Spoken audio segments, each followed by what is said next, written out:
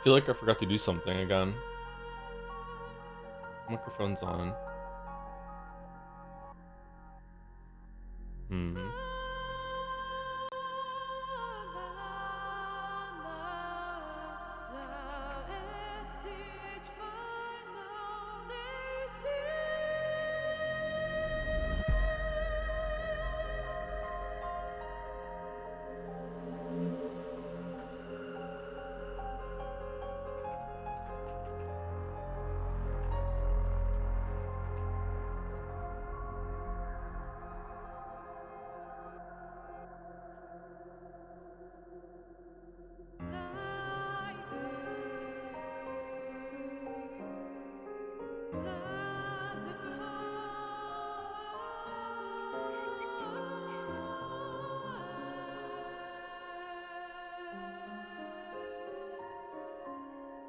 Happy birthday. Oh, thank you for all the happy birthdays, everyone. Thank you. It's very sweet of you.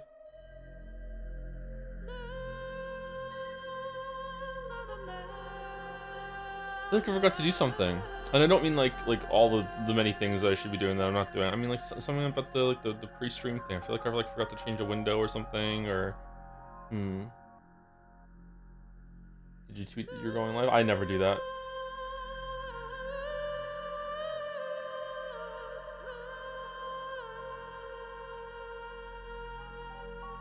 Oh, maybe it's fan art. Fan art. Yeah, we have it's Friday, isn't it?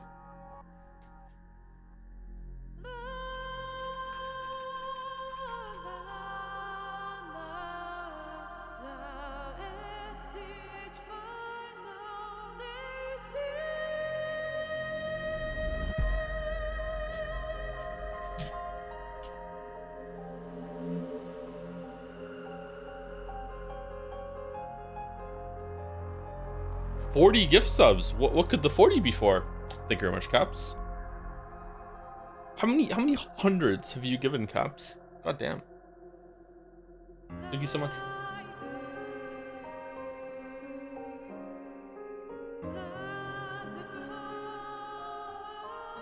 One for every two months I've been alive. Try not to age myself down too much.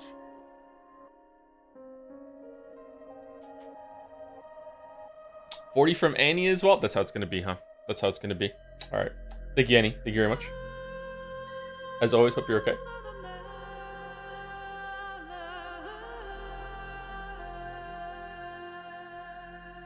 He's 6 years old. Should I go and do the proximity chat? Tiny Joe.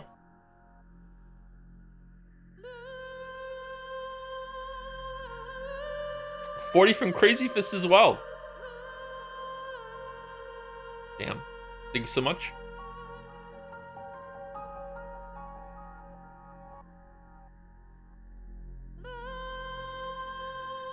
The most polite and gentlest ribbing of all time. Also the most profitable. 40.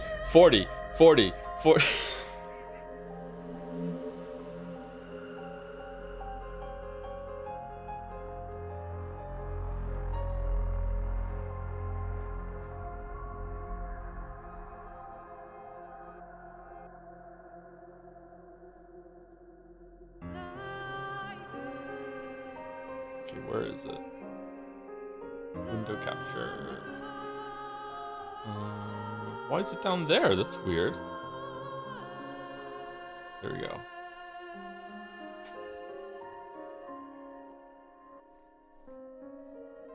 More 40s as well. Lyrigetta and Phoenix Furion. Thank you so much.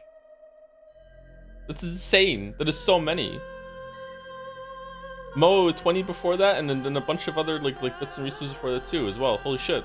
All right, I guess at this point I'm financially obligated to stay alive. Like holy fuck! Gotta make it to 100.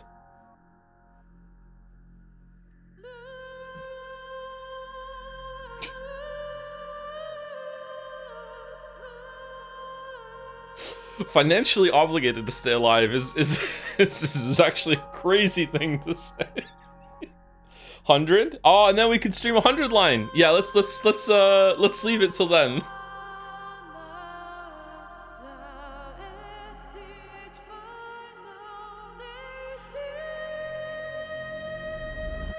The bot getting automodded is so funny. Did the bot get automodded? Why does this feature even exist? The stream streak? I think that the stream streak feature is more for like channels that are just starting out, I think. And it's trying to a way to build people that like maybe only have like maybe 10 viewers. Although if you have 10 viewers when you're starting out, that's actually amazing. It's pretty difficult to get the to get started. Like I got the cheat because I had the YouTube audience. But yeah. I don't know what it must be like. I recently watched I hope I get his name right. Drew Gooden, is that his name? Drew Gooden, I think that's his name. I'm getting the last name mixed up. Drew Gooden, he did a video on YouTube where he followed Ninja's starting guide to streaming, and he didn't publicize at all that he was going to be streaming, and he had like an viewer the whole entire time, even though it was Drew Gooden. That video is actually really funny because he's like riffing back at ninjas as he's watching his guide, and then just like, you know, and if you need help setting up like OBS and getting a microphone and everything turned up, there are a lot of tutorials and guides that you can you online to see this information. And Drew Gooden like pauses it, looks at the camera, and goes, "Ninja, I don't know if you know, but you're making a tutorial right now."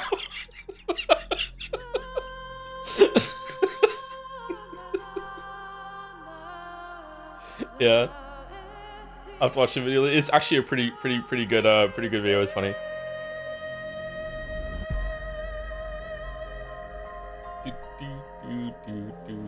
Are we okay with the No Sleep for Kaname Date music for the background for fan art, or do we want our music? Also, I have a question. Hold on, let me see if I can drop this. Why is this such a like somber, serious, like dark, brooding opening? Like ooh, what's at the end of the tunnel? Look at this dark mystery that we're going to be going on.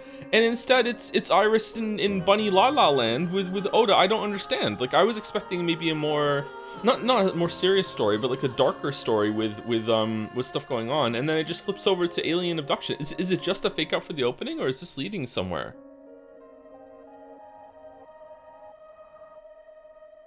I remember I read something about this during the lead up to its release, and for some reason in my head I thought we were gonna be on the moon, and that like Date was gonna be like harassed constantly and was like being chased or something, and that's why he can't sleep, because he's being like Jason Bourne like chase after, you know, like run down, and instead it's just like, I don't know, it's just like the weird thing. Wait, we're not? I've not watched these streams? No, it's just more AI 1 and 2, Annie. It's the exact same format, it's the exact same tone. If anything, it's a bit lighter. Rabbits live on the moon, Joe's cooking. It's so true. So true. How do I F11, right? Yeah. Look at the birthday celebration. Thank you, Maddie. I have no arms, so I'll just have to verbally clap, clap, clap, clap.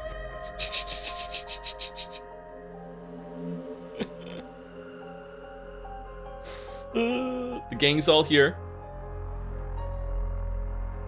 Balder, Caps, Dalmek, Fia, a hypothetical walrus in reality, Irene, Jelly, moi, Maddie, Moa, Mouse, and Rodney, aka Modney.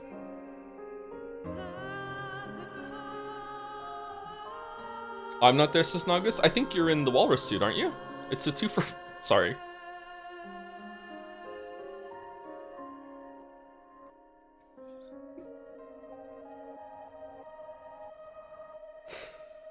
The real question is Joe more or equal to your age?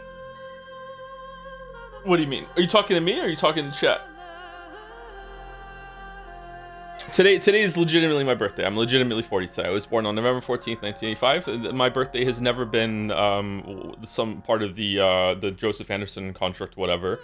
I can't remember if I was public about my birthday date until Death Stranding 1 doxed it, because I put my real birthday into Death Stranding, the PlayStation thing, and then the PlayStation like noticed my birthday while we were streaming Death Stranding, and Mads Mikkelsen got to show up and sing happy birthday to me like directly into the camera, which is when I realized that you know, maybe I'm not 100% straight. Yeah, Yusuke Lover 69. Yeah, that's my name. That's my name. So yeah, that's that's like legit my birthday.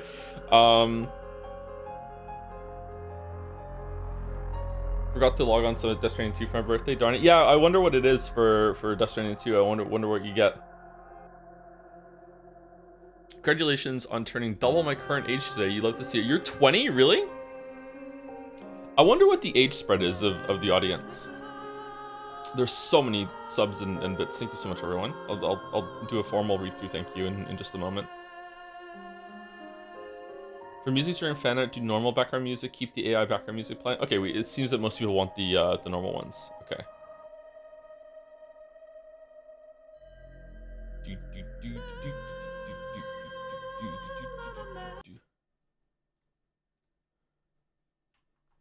We could try gathering age data during Jet Set. We could, but I don't know if people would think that's like maybe an invasion of privacy or not. I'm not sure. Vital question on the pin. Sorry. Vital question for you. As today you are wiser than ever before, thank you. We are deadlocked on a near tie in Twitch mod chat on whether the tomb Gooner and Gooning and etc. should stay auto-modded. Be the tiebreaker. Okay, so I am not very up to date on the current usage of bad words and slurs and all that sort of stuff. So this may be, I don't know if this is bad, but to me, Gooner is not really that bad of a word. I think that's probably fine. They're funny words to say. I think that they probably shouldn't be automated. But I don't know. Like there's a couple of words that that I have said on stream, and chat has said something like Joe, that's a slur, and I'm like, whoops. There's been a word that we banned on Jads that I'm like, oh, I didn't realize that had taken such a negative connotation to it. So like I don't know. Everyone who says them said that is true. Yeah, they do come from a crowd that is usually questionable, but I think that our community could use it all right. But you know, we could always just re-automate it if there's a problem.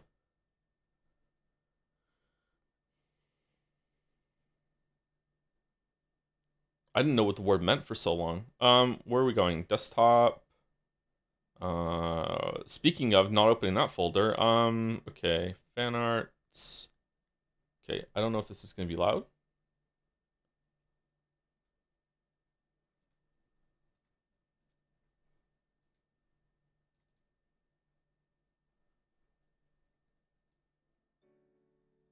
Question. It's a joke. I don't have any save porn on this machine.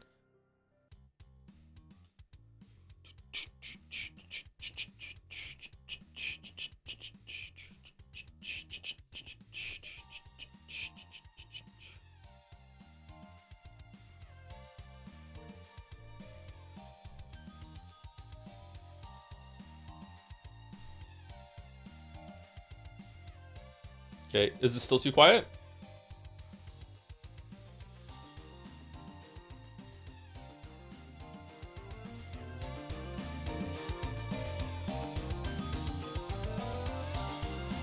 How about now? Is it too loud?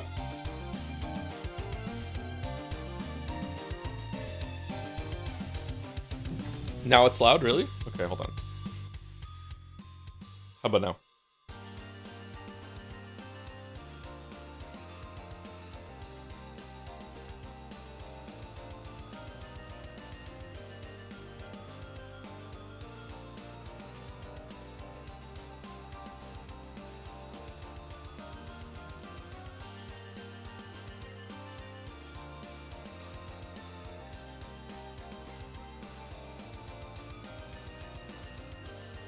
I'm too old to hear certain frequencies. I know that feel.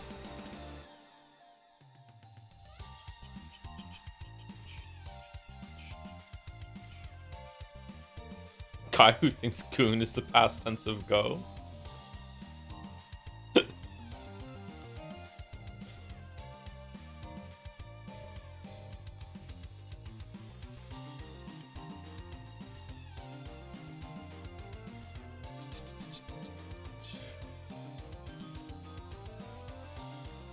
Is Joms your same age or is she younger? Joms is a girl?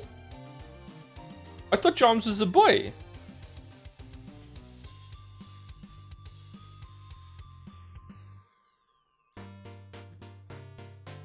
Joms Chan? Oh, I can't speak to Joms Chan. Joms Chan is a different entity to Joms. That's true. Joms Chan is a girl. I think Joms Chan is younger. Yeah. Probably half my age, so I can't date Joms Chan. I'm so disappointed. Darn.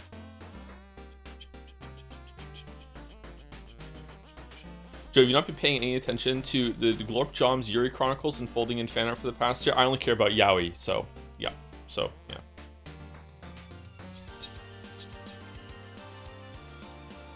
She's in a relationship, Joe? Well, I can't say that joke. After the person that came in and said, some people can't tell that you're kidding about the right wing fucking parody. I'm not gonna make that joke.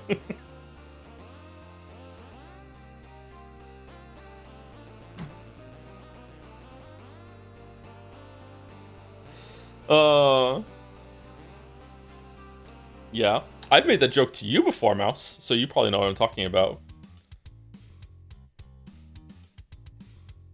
Brother, you'll be saying yaoi when my fucking goons get you for this disrespect?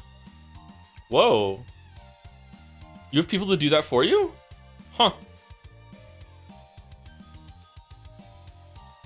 If you had to choose between having Wolverine's healing factor or being able to telepathically control your microwave, which would you choose?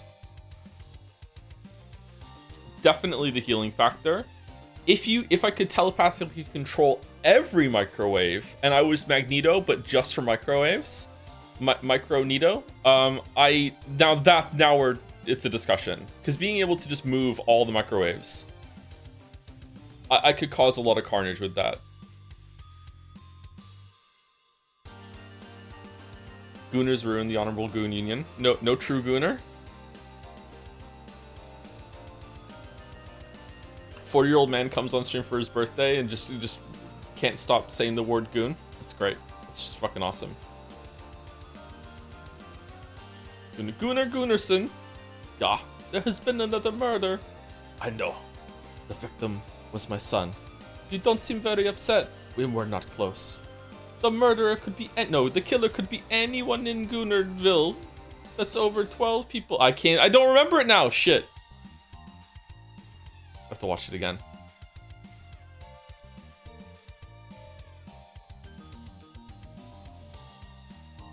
Where is Goon started when we need them? That was yesterday, yeah. Did you get any good gifts yet? Do you think you get gifts when you're 40 for your birthday? What do you mean? You think that still happens? No? What do you mean?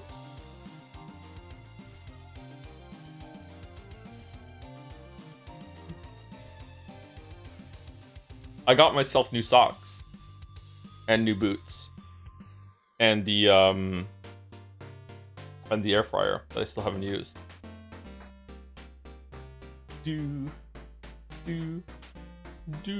kids didn't get me some presents. I haven't seen them yet today though. I'm going over right after stream. There's a survey Spike Chunsoft put out for the public recently, and a question on it: who is your favorite streamer influencer to watch? Naturally, I wanted to put down NL, but because it's your birthday, I put down you. Aw, thank you so much. Thank you. Happy birthday! Thank you for the stream. It's been helping me through a rough patch lately. With a hug. Oh, you're welcome, Asherus. Glad I could help you with that. Hope it gets better, and you don't need the streams for some cope. There's propaganda in this art. Vote Fiaj-chan for, is it Fia-chan? Fiaj-chan or Fiaj-chan? Fia? It's Fia, right? It's Fia. I'd just say Fia. For, what, but there's two Fias. For 2025. So we're streaming Kingdom Come Deliverance 2 next week, or what? It depends on if it gets nominated. I don't know if it's gonna get nominated or not. Reddit seems to think that the five absolute shoo-ins are Death Stranding 2, Hades 2, I'm basing this on one Reddit comment. Hades 2, Death Stranding 2, Expedition 33, Donkey Kong Bonanza, and fuck, Silk Song. That's it. Those are the 5s, and then the 6th is either going to be Kingdom Come Deliverance 2 or Split Fiction or something else. I think Split Fiction is a shoo-in, and I'm not that keen on Death Stranding 2 making it, to be honest.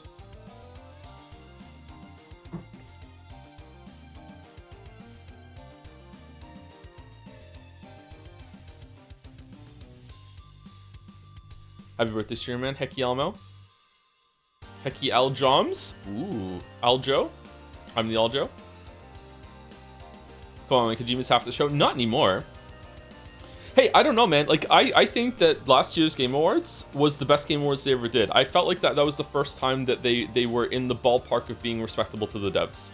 And I feel like the devs actually really did have, like, a presence on the show last year.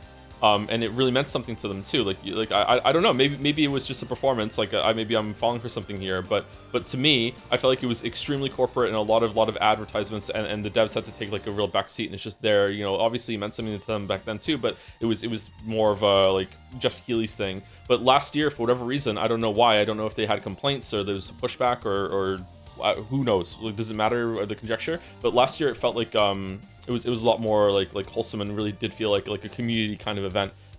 Like probably the most I've ever seen an event like that. So I hope it's more like that this year, and it wasn't just a one-off because people were mad at Jeff for pulling the devs off in the middle of their speeches in 2023.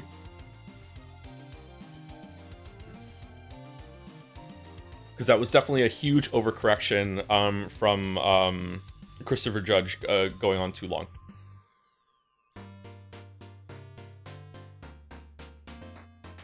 And he did go on too long. Like this, more than one thing can be true. Like the person who went on too long and made it so they have to shorten the speech times, like did go on too long. And then the next year they did cut it too short too often and they were too strict about it. Yeah.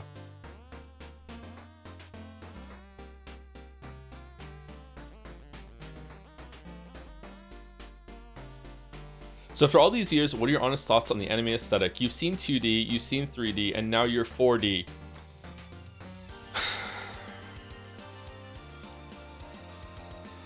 Take your plus 2D and get the hell out of here.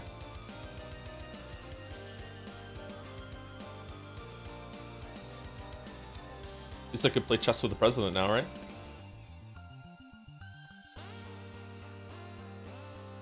Kind of mad at how good that joke was.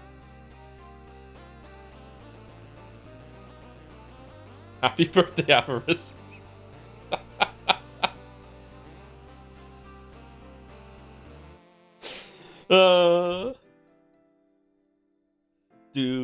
Okay, how's the sound? We good?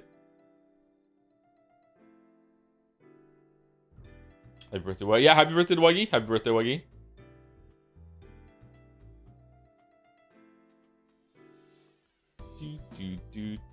Happy birthday, Joe. Thank you, Sarah.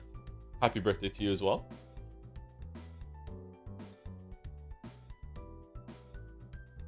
You too.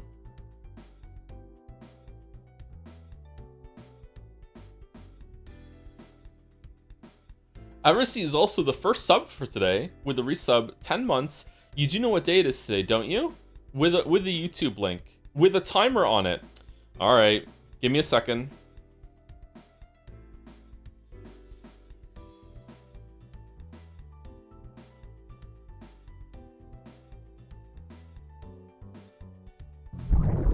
Oh shit. Oh fucking hell.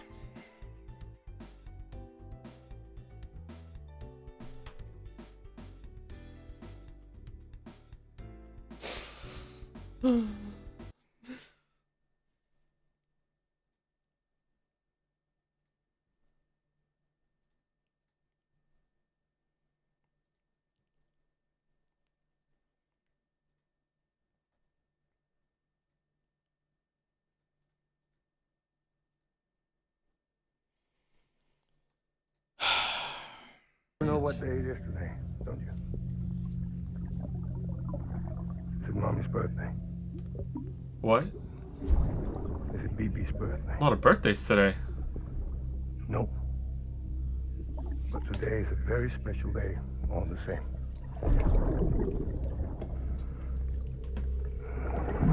so cool. A special day for a special someone. Wait, what? You may have forgotten, but I haven't. Happy birthday. Flowers from Mads? Aww. Thank you, Mads. Flowers from Mads? Wow. Comically attractive, man. I know. My go-to is usually that when someone is that attractive, it's like they're so hot that it makes you angry. Like it's just like I don't know. I don't know if it's not fair that someone can be that attractive, or it's not fair how much like power they just immediately exude over you or whatever. I don't know what it is that makes me think that, but it's just like it makes you angry. Oh, hold on one second.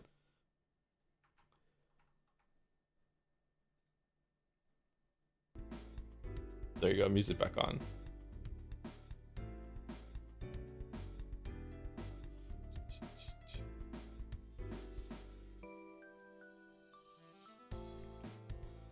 It's called envy? Maybe, I don't know. I don't think I experienced a lot of envy, but maybe.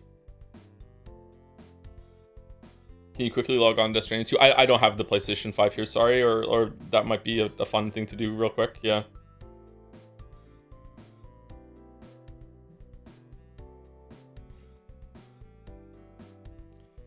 Jack Viking is 450 mana coins, watch streak reach, and is using it to do a message. Bunny Girl Joms is needed and we deserve it anyway. Are you closing in on your midlife crash out? In all caps. Thank you very much, Jack Viking. I would support a Bunny Girl Joms, sure.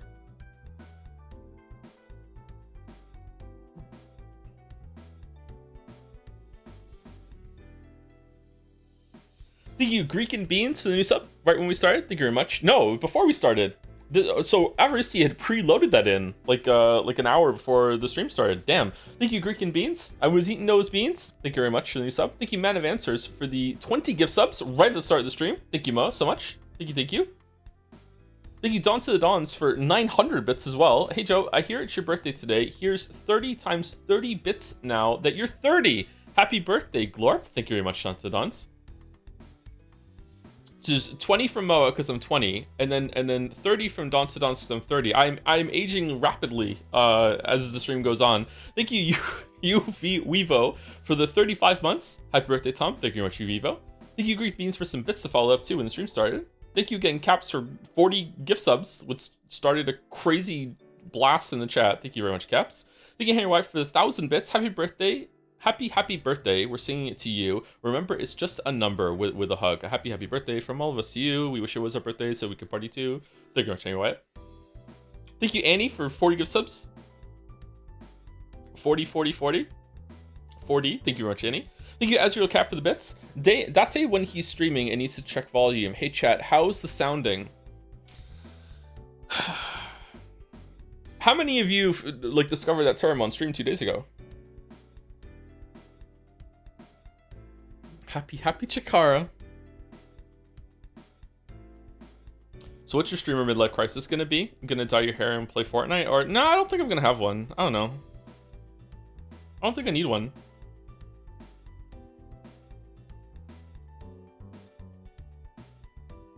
$100 line?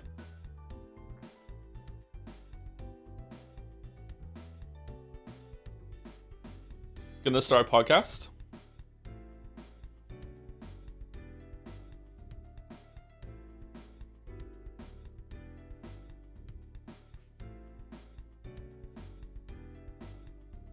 Well, there was this conflict in the early 1900s that I was suddenly really interested about last night. I'm not sure if people have read about it.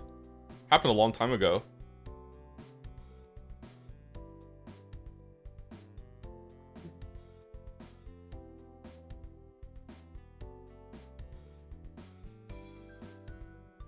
How you feeling about Rome right now?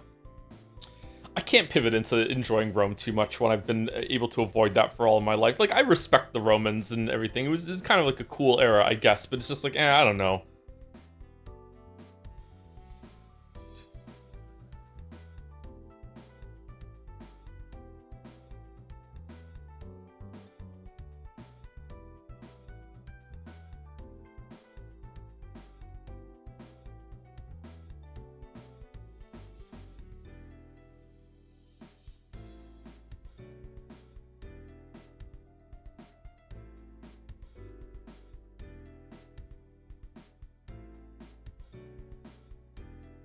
I learned recently only one Roman emperor died of old age. Was it Caligula? Had to be, right? Have to be. Thank you, Crazy Fists, for also 40 gift subs. Thank you so much. Greek and Beans for more bits as well. What's your end game here, Greek and Beans? Thank you so much, Crazy Fist. Thank you, Illergetta, for 40 gift subs as well. And Phoenix Furin again. Thank you so much. That is so many gift subs. That's so many 40s. I'm only 140, thank you. Thank you, Crab Fungus, for the 33 months with happy birthday, streamer. Can I be the age of whatever the resub is? I'm 33. That's good. No, this is a bad idea. This is gonna backfire hard. Yep. Okay. Thank you, Crab Fungus. Thank you, Irrigata, for the bits as well. Follow up with a happy birthday, Joe, with 440 bits. Thank you very much. Thank you, Blue Sistar, for the 130 bits. Happy birthday, Joe. I'm cheering your age plus 100. Totally not sting on bits. 130. I could be 30. I could be 30 again. You can have that every stream if you stream 100 live. Thank you, the Krakonis, for the 400 bits. Yes, we scran. Yes, we scran. Oh, it's a Friday scran today for my birthday. Oh, damn. And we're going to be able to do it after fan art, too. I love Friday scran. Thank you, Paralogical, I think. Paralogical. Yeah, it's gotta be that. For the 7-month resub. Same birthday as my grandma. Loves the elderly. Apparently, it's also King Charles's birthday today. I don't know how I had 40 birthdays before learning that I have the same birthday as that motherfucker.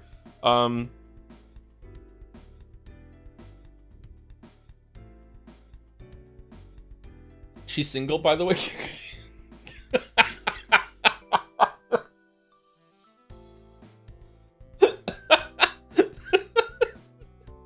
Says the chatter just said, I have the same birthday as their grandma. Because he wasn't a king? Yeah, probably, because who cares about Prince Charles's birthday? But now these King Charles is like, damn. Who else has my birthday? Let's see. Hold on, let's look it up. Famous birthdays today. Let's see. Today's famous birthdays.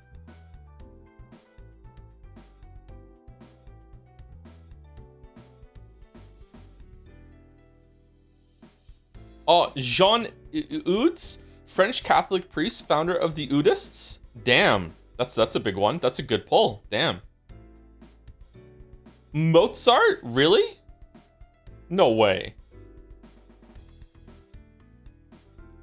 Beethoven as well, huh? Is this bullshit?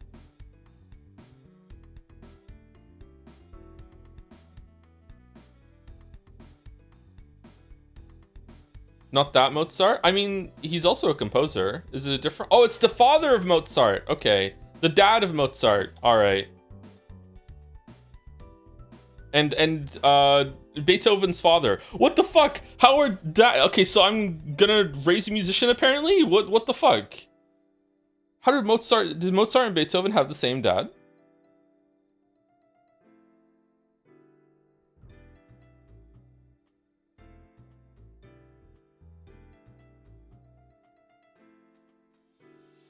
Okay, I'm not recognizing any of these other names.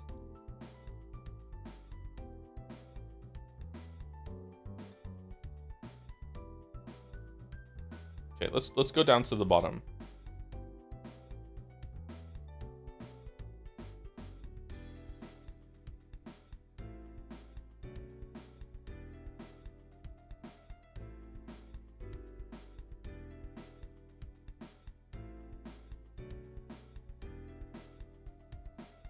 Born in 1979, Steve Cash, YouTube personality. I have no idea who that is. Where's the king? How old's Charles? Josh Duhamel. Really? To me, Oliphant's doppelganger? Huh, okay, I'll take that one.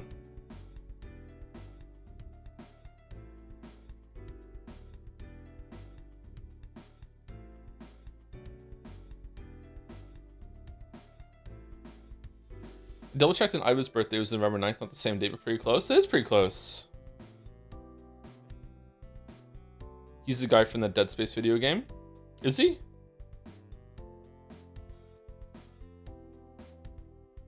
Claude Monet was born today too? Huh.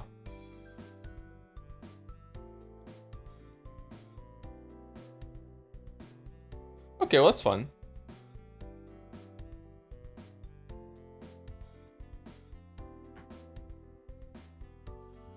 Thank you, Chari MMA, for the 3 months. Happy birthday, my online dad. It's been very shining of my daily life because all of your stream and vids. Hope you and your family having a blast year with a question mark. Thank you, Chari MMA, for the well wishes. With a bunch of chads scrolling. I like the chad scrolling. Thank you, Zizalev, for the 23 months. I'm 23 now. Thank you very much, Zizalev. Thank you, Moa, for 250 bits with that happy birthday follow-up. Thank you so much for the years of streaming. No jokes here. Just want to appreciate the humor and analysis you bring to these streams here. Oh, thank you, Moa. And thank you for all that you've done as well. Most recently, some of the 100-line cautionary tailing.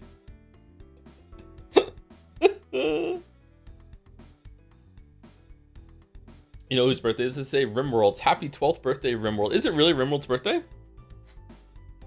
Thank you, Ipson13, for the 37 months. Ah, now I'm 37. Thank you very much. Happy birthday, Joe. 37's better. Thank you, Jungle Robber, for the 98-month resub. Shit. Well, I'm dead. Thank you very much. With the Dancing Jumps. Thank you, the Knower999, for 8 months. A birthday poem, Magic of the Lead. My streamer's 40 now. His life is being misled.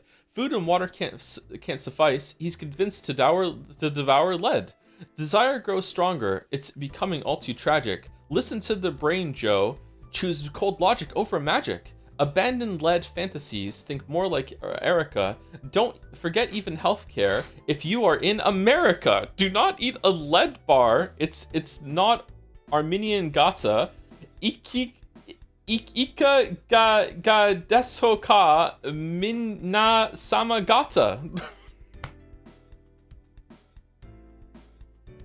The fuck does that mean? What anime is that? Well done.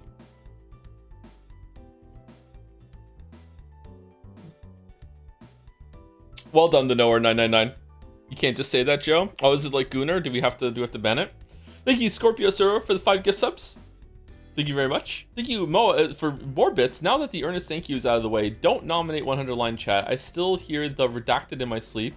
I still dread the redacted route. Joe will certainly Alt F4 on the redacted endings. Don't nominate it. But now I have to see if there actually is a Velociraptor. I have to know. You should know that's a slur for lead eaters. They have their own slur now? What? Lead eater. Man, that's heavy. Braver than I am, reading something in a language that he doesn't know what it means. I think you're mixing bravery with stupidity. Sometimes I just say stuff.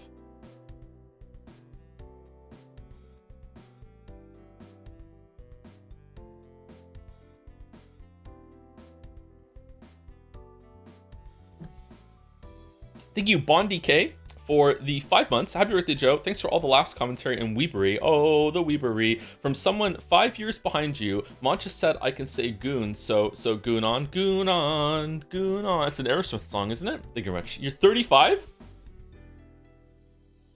Are you already seeing the hill in front of you? Are you already seeing 40? Is it looming in the distance? Or I can't remember when I started seeing it. It was around that age. Maybe 37 is when you are no longer in your mid 30s, really. So yeah.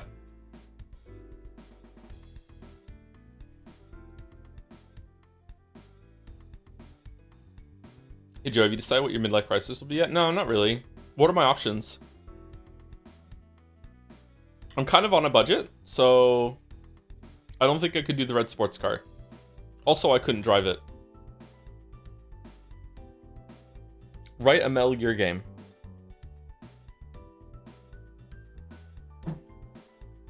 Another couch.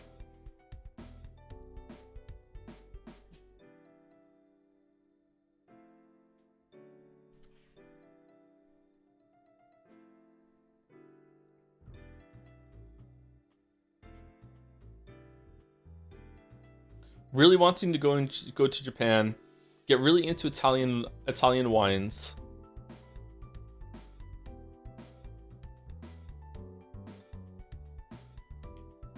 An affair is always a classic. Oh, you can't have an affair if you're single.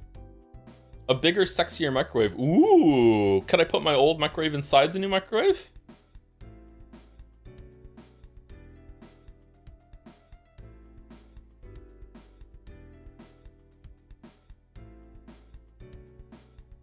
Get really into Italian wives. What? Is that a show? Suddenly becoming racist is free.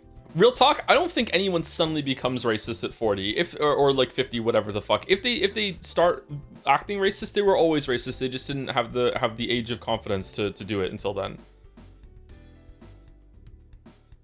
Seeing your AI Somnium VODs after playing Dispatch really puts to light how bad pacing is in Weeb games. In the defense of AI Somnium files, there is a lot of optional stuff you can click. Oh, maybe Dispatch has that too. I don't know enough about Dispatch. There's a lot of optional stuff you can click on that slows the pace down. But I would probably generally agree, even without seeing Dispatch, that AI Somnium files is probably not paced that well.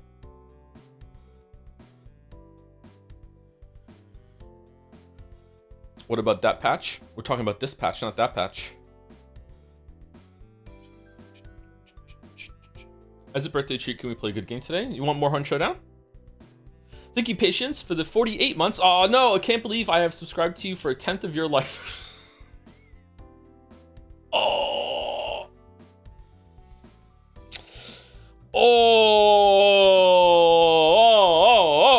Oh, damn. Thank you, Gameplay Student, for the bits. Happy birthday, Joe. Here's 100 bits to represent your Chex Notes 100th birthday. Oops. Anyways, here's to seeing you make it to the mythical age of 40. May you live long enough to outlive the Steins Gate requests. I hope so too. I hope so too. Somehow I think those are never gonna stop. It's gonna be chasing me to the grave, and then once I'm dead, someone will spin up an AI simulacrum of me in order to stream it, and they'll be like, "Here you go. He's rolling in his grave." We've actually hooked up the computer that's running this AI version of him to a motor that is being powered by him spinning in his grave right now, and it is actually a perpetual motion machine as long as we continue to stream Steins Gate. That's it. We've solved the energy crisis. I turned 36 last month and my hair is about 20% gray. Don't really care about getting old. That's good. That's a good attitude. Let's see if we still have it when you're 40. I don't know if there's something about... Does the body like know about like age? Like it can't. Like there's no like age thresholds that you pass, right? So it's just like I don't think it's like counting up to 40 or whatever like that. It's just like a gradient as you get older. Or I don't know if it's like in my head, but like I have noticed like the past couple weeks I'm getting a lot more gray hairs in my beard. It's like something knows that I'm hitting a good like age milestone or whatever. I'm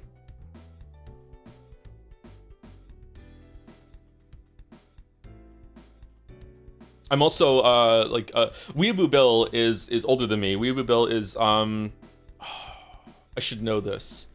He's at least 7, maybe even 8 years older than me. So Weeaboo Bill is like a big brother to me.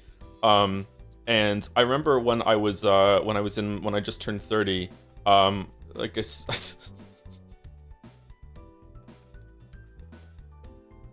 he was pushing 40, and I was like, I don't understand. Like as you get older, I don't know why I'm saying this. This is gross. I shouldn't say this now, and I realize where the story is going. I shouldn't say it. I was like, he's your senpai. He's kind of my senpai. Yeah, he's my unk. You can stop. It's not about sex warning. It's about like it's about hair. It's like I was expecting to be like to have more of a beard and like some more hair on like my chest or whatever as I'm getting older.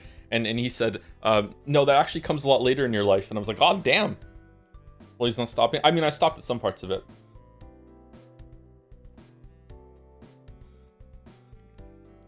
He has a better hairline than me, though. God damn it. He lords it over me, too. Worrying about getting old ages you? Doesn't. Do you get more gray hairs? Is that a real thing? Is distress lead to gray hairs, or is that a myth?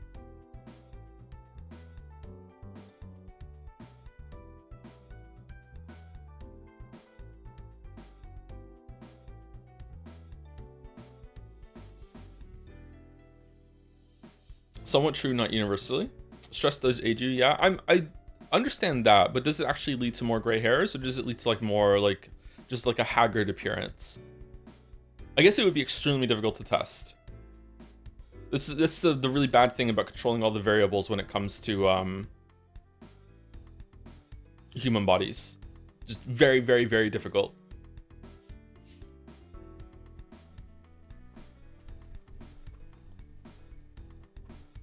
You okay, Gatsby?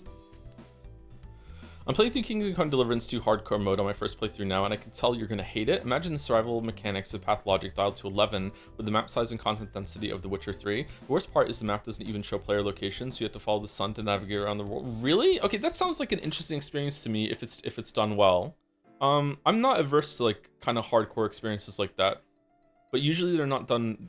Either they're not done well, they're not fleshed out enough, or that the hardcoreness of it is paired with a game that is just janky and doesn't deserve it. Like, I have no problems with games that have like a permadeath system, or if you die you have to start all the way from the beginning again like a roguelike. But if you're gonna have that system, it has to be your fault when you die. Like, you can't have this bullshit of like, oh, but also it's a janky game with shit hitboxes and you might just like fall through the world and die, like that sort of thing. That's why Witcher 2 is one of the worst implementations ever, I think, of a permadeath mode, because the game is so fucking like janky and glitchy that it just doesn't work. Even though like playing Witcher 2 on a permadeath mode really does make you feel like a Witcher, and you want to have every advantage you possibly can when you're going into the battle.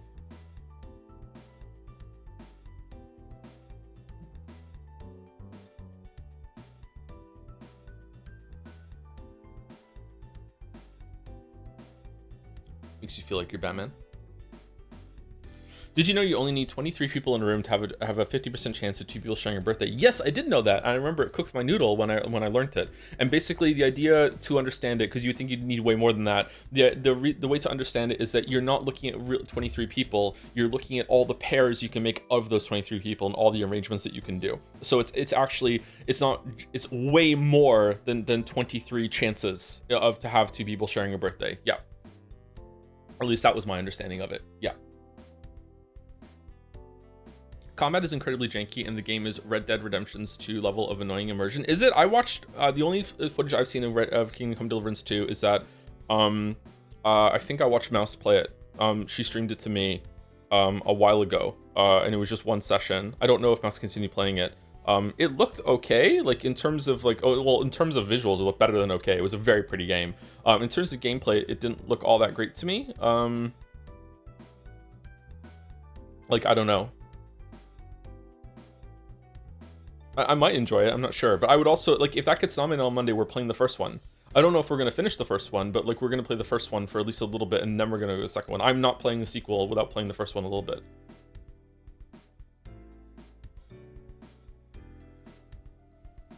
Look up which Animal Crossing character you share a birthday with. I don't have to. Someone in chat will just know that off the top of their heads.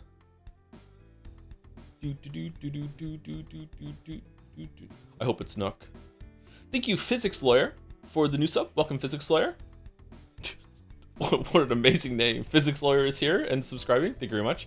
Thank you to Dolomitos for the 11th resub. Woohoo! Nearly 1 year sub tier. What's the next Weeb game after this one? If Metal Gear Rising Revengeance counts as a Weeb game, then it's that one. If it's not, then does Nier Replicant count as a Weeb game? If not, does Yeek count as a Weeb game? If not, honest to God, it might be Metaphor. We might go to Metaphor. Like, Metaphor is probably in early 2026.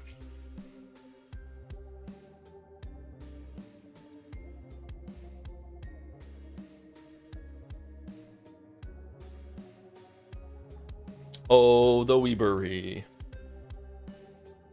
And the crowd goes mild. It's gonna be better than Persona 3, so it's good. Thank you, Avarisi, for the bits. Oh, it's this message. So after... Get your +2s ready if you weren't here when we read it out earlier. So after all these years, what are your honest thoughts of on the anime aesthetic? You've seen 2D, you've seen 3D, and now you're 4D. Thank you very much, Avarisi. Thank you, Stickley's Kingdom, for the bits. Happy birthday, Joe. Thanks for all the entertaining streams. I heard you only care about yaoi, and boy, do I have just the furry psychological horror visual novel for you. You. I don't know why I did that. What could the joke be? Thank you very much, Kingdom. Thank you, Terraflop, for the 30-month resub. Happy air quotes birthday, air quotes Joseph, air quotes Anderson. Damn, thank you, Terraflock. Thank you, Sigma Vash, for the 11 months, almost a year. Oh lordy, and on your birthday. Now let's see if you can turn 80 so my subscription turns 42. JK, love you, Joe. I'll be happy if I can get to 80. I feel like what's the average lifespan in Canada right now? Is it still low 80s? Siri, what is the average lifespan of someone living in Canada?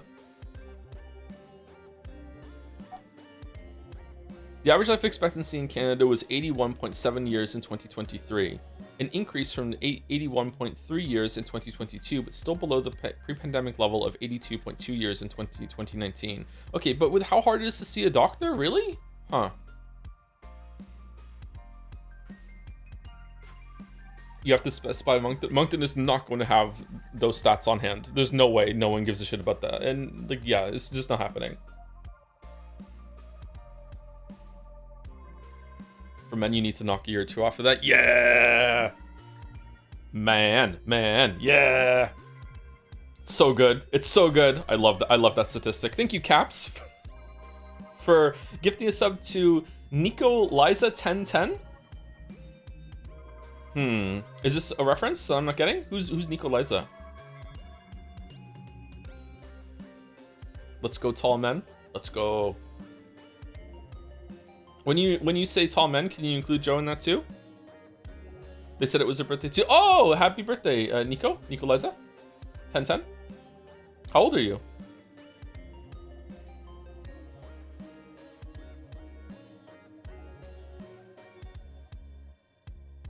Give them a marble. There's no more marbles. There's no more marbles. Thank you, Simple from Jads, for 24 months. Thank you very much, Simple. Have you found out what sounding is yet? Did you Google and learn the sacred knowledge? Thank you very much, Simple. Thank you, Ace Vector, for the 12 months. From a fellow, from Ann fellow November baby to another. Happy birthday, Joe. My birthday is next week, and I'm going to be ordering a huge pizza for myself. Love you, buddy. Take care. I'm not telling you. Okay. All right. Keep your secrets. I'm getting a poutine tonight from my favorite poutine place that is gluten-free. Aren't I being grown up and mature that even on my birthday, I'm not breaking my anti-gluten thing? I'm getting a poutine. Wait, are you a Valentine baby? I am a Valentine baby, yes. Although, like, some people don't know this until they have a kid. Like, pregnancies are not exactly 9 months. They're a little bit more than that. But like, if you map it out, I am born 9 months exactly after Valentine's Day, yes. And also, I was an accident, so that's great. So almost certainly am, yes, a Valentine, like, oopsie doopsie, yeah.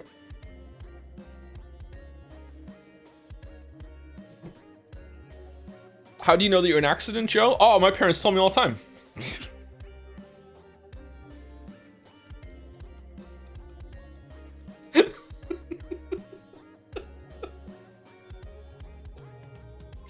Thank you, Asa Bubble, or Asa Bubble, for the 9 months. Happy birthday, Jom's birthday? Damn, thank you. Thank you, Corny German, for the 21 months with happy birthday with confetti core. Nice. It's only downhill from here because I'm over the hill. But it's easier to go down the hill than up the hill, right? So life should get easier now? Yeah. Thank you, Dorami Art, for the 31 months. Another one for the November babies. Happy birthday, Joe. It's also my birthday in 2 weeks, so I'm going to celebrate in the Rakenjima Mansion. Oh, what are you going to eat? What's your birthday meal? We have to share what our birthday meals are. I got an ice cream cake for the kids yesterday, and I got a small gluten-free cake for myself that has like chocolate in it and stuff, like layered. It's pretty good. I like that gluten-free cake. I can't remember what it's called. It's got a name brand on it that might be in a bunch of other stores. It's actually really, really good cake. I would eat it even if I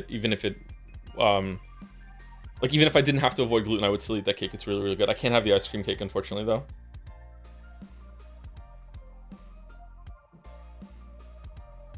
We love cake. I actually don't like cake all that much, but I do like this cake. I feel like one of the reasons why I don't like cake too much is that when you're at a birthday or whatever, you get like this big, huge slice of cake, and it's just too much cake. You know what I mean? Gluten-free ice cream is fairly good, IMO. Yeah, it is, but this ice cream cake has like this is the one that the kids like. It has like fudge brownie in the middle of it, stuff like that. Yeah. I suspect Joe is a salty snack guy over sweets. You're actually wrong in the sense that I don't really snack all that much. I'm not a big snacker. I don't really like chips, but sometimes I like soda, and I drink calorie-free soda now. My only bad habit in life was drinking like actual Coke with calories in it, which was just horrible for me. So I switch over to the calorie-free soda, and soda and chips is a goated fucking combo. Even the Coke Zero and some chips just goes so well. It's such a great pairing.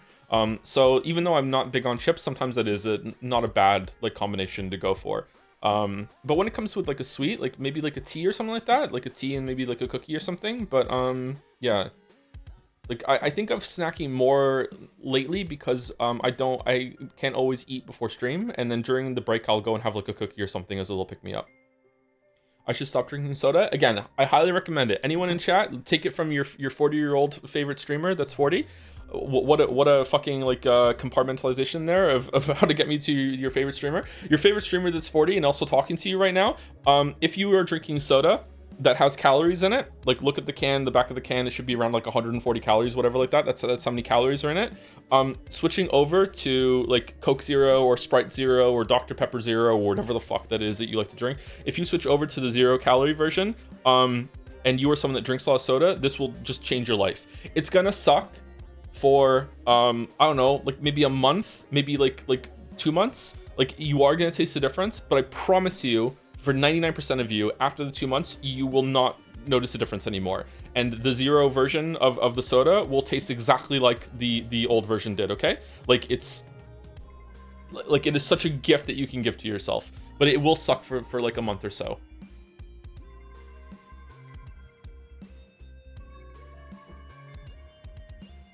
And it got worse to the dolls because of this, though. Could he get worse? I didn't think that was possible. Did he really? What do you mean? That's correlation, not causation. Can't be. It can't be. Just drink water, Lamayo? I mean, I also drink a shit ton of water. I know there's people in the chat that are just like I only drink water, though I'm the water gang. I don't know. Like, I feel like it's fine to have, like, fun drinks.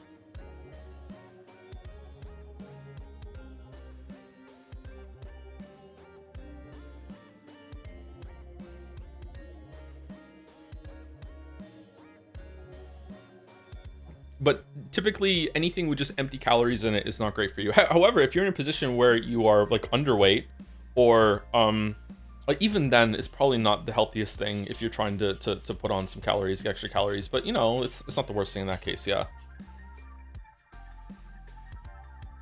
Thank you, Puka Boy, for the 1,000 bits. Does that mean I'm 1,000? Happy birthday, Joe. May your 40s be at minimum as good as your previous decades. Oh God.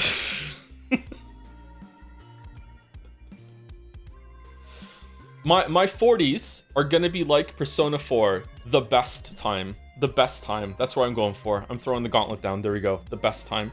Thank you, Hypercuban, for the 72 months with a happy birthday hug. Thank you for the happy birthday hug. Thank you, Quantum Moving Castle. That is a cool name. Happy birthday, Joe. Thank you for your streams. You're very welcome. Thank you for the happy birthday wishes. Thank you, Cromplik, for the resub 2, 36 months, 3 years. Happy birthday. I've been watching your streams for years, and they helped me a lot these past couple months when things were tough. Everything's better now, and I just want to say thank you for being here with a Kirby face. Thank you, Cromplik. I'm glad things are going better for you. The Golden Year. So I have to start watching the Golden Girls. Thank you, Smear, for the 74 months. Still in VOD land, but hoping to say I love your streams. Thanks for everything. Well, I hope you hear this when you get into it in the VOD if you care about Kaname Date. Thank you, Smear. Hope you have a good day. And you're having a good day when you hear this. Thank you, Slowly FG, Slowly Looking for Group, for the 5 gift subs. Thank you very much, Slowly. Hope you're well. Thank you, Amaril, for the 3 months from Chimpan A to Chimpan 3. Close. I love that bit. That's my favorite Simpsons bit. Oh my god, it's so funny. The Nanjo version we got for Umineko was a classic. I wonder if that's going to be a contender for Jedsea. Thank you, Mick Rascal, for the 8 months. Happy birthday, Jew. If you think that you being 40 years old are unfunny, imagine what will happen when you hit 50. Oh, fucking hell.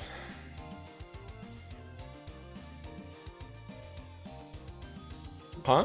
What? Oh, I realize what I said now. J-O-O. They just dropped the E to say my name in a funny way. They didn't call me, you know, that. God damn it.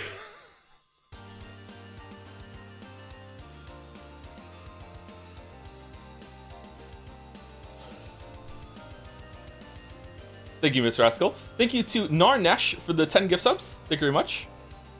It's not a slur, you can say Jew. I know, but like chat was like reacting in a weird way, and I didn't want to repeat it in the same context. Thank you, Narnesh, for the 10 gift subs. Thank you very much. And also Caps again for gifting a sub to Pixelated Vision. Is it also their birthday? Oh, it's so loud. Let me turn it down for me. Is it too loud for everyone else too, or is it okay? Just in case, happy birthday, Pixelated Vision. Thank you very much. Thank you, Caps. Thank you, Surestepper, for the 5 gift subs as well. First time chatter who said they had been a VOD viewer for a month and downloaded Twitch app to watch you is very sweet. Also, I need an excuse to overtake Loner Archon on the leaderboard. Uh-oh. Uh-oh. That is quite sweet. Thank you for highlighting that, Caps.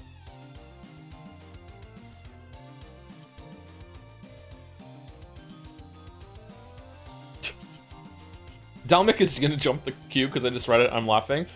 Thank you, Dalmec. Heard on the grapevine, it's your birthday. Hope it sucks. Heart, heart, heart. Thank you, Dalmec. Thank you.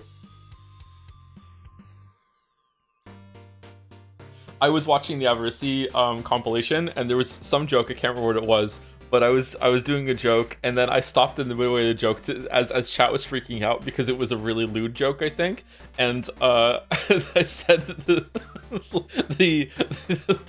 just the LOL from Dalmec in the middle of that means so much to me. It's nice to see another funny person laugh at your stupid shit sometimes. Thank you, Surestepper, for the 5 gift subs. Thank you very much. Thank you, Sutima, for the 9 months. At my grown person job, typing this on company time, so in a way, my boss is paying for this sub. Oh, thank you very much, Sutama's boss. Hope AI is going well. I'm only on stream one of the third eye game VOD. What stream of the third? Okay, I feel like there's a mistake there, or I'm just so old I'm not reading it properly. Of the third eye game VOD. Yeah, I do not envy anyone who's here and hasn't seen the other 2 ones. Yep. Even though the game tries to be approachable and people can come into it whenever they want, it is kind of crazy. Yeah. Can we have a worst best Joe's takeaway for Jed Saya? Oh, that would have been good if we could have some clips for it. Yeah, maybe we can do that next year. What would win? Best take would be this year definitely don't eat berries from the bush. And then worst take would, like, paradoxically also be don't eat berries from the bush. We could probably combine them. Maybe that's what you're proposing, yeah. Thank you, Com908, for the 91 months. I'm 91 now. Thank you, Rich Com. Thank you, Paramonata, for the bits. Happy birthday, Joe. 100 bits plus the age you had 20 years ago. Ah, I've been playing Yeek in anticipation for your streams, and I can already tell that they're gonna be amazing. I still don't know if we should do the old version or the new version. Most requested game will probably go to Fear and Hunger, by the way. Nope. No, it's not. Absolutely not. Thank you, Com908, for some more bits to follow it up. I didn't get to send a sub message, but first real paycheck from my first real lawyer job came through. So I can congratulations. So I can finally hit tier 2. 91 months means you've been there for undergrad and law school. I also want to take this time to tell the Kingdom Come Deliverance 2 haters to shut up and that the game would be right up your alley. Ooh, okay, interesting. The gaming lawyer says that Kingdom Come Deliverance 2 would be a good time. Congratulations on the first paycheck coming through from your lawyer job.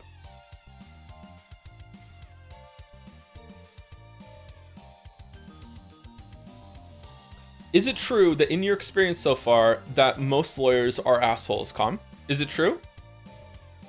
This is a safe space. You can say it. You can answer. Yes.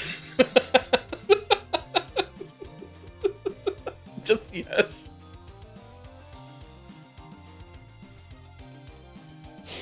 Thank you, Kafefa, for the 34 months for the happy birthday with 3 hugs. Damn, 1 for every decade that I've been alive. Thank you very much. Thank you, Infatuated Hades, for the bits too.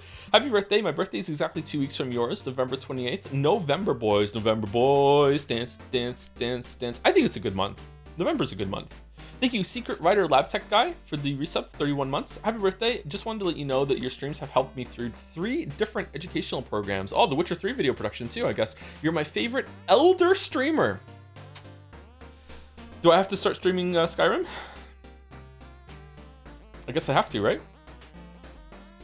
Luckily, just like Silent Hill F, 100 Line has gotten a fair amount of updates to making getting through the game less annoying. Still super annoying, but still. Oh, we should probably play the base version then so I can understand.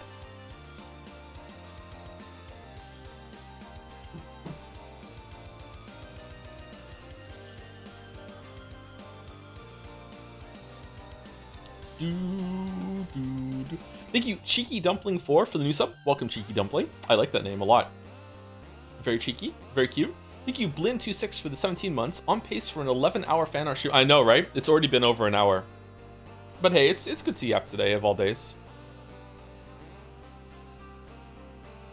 It's been a yap week too. I don't know, just kind of chilling at the beginning. I think it's because I'm not awake very much before streams this week, so I'm just waking up as I'm talking to chat. So unfortunately, everyone has to deal with that. But I feel like chat enjoys the yap sections most of the time. Some people don't like them, but most people like them, I think. Do not play the base version of 100 Line. Be thankful for the sacrifices the 100 Line vets make. Oh, did you take a shower? I had a shower last night after stream, so I'm still fairly fresh, but I will have another one after stream today.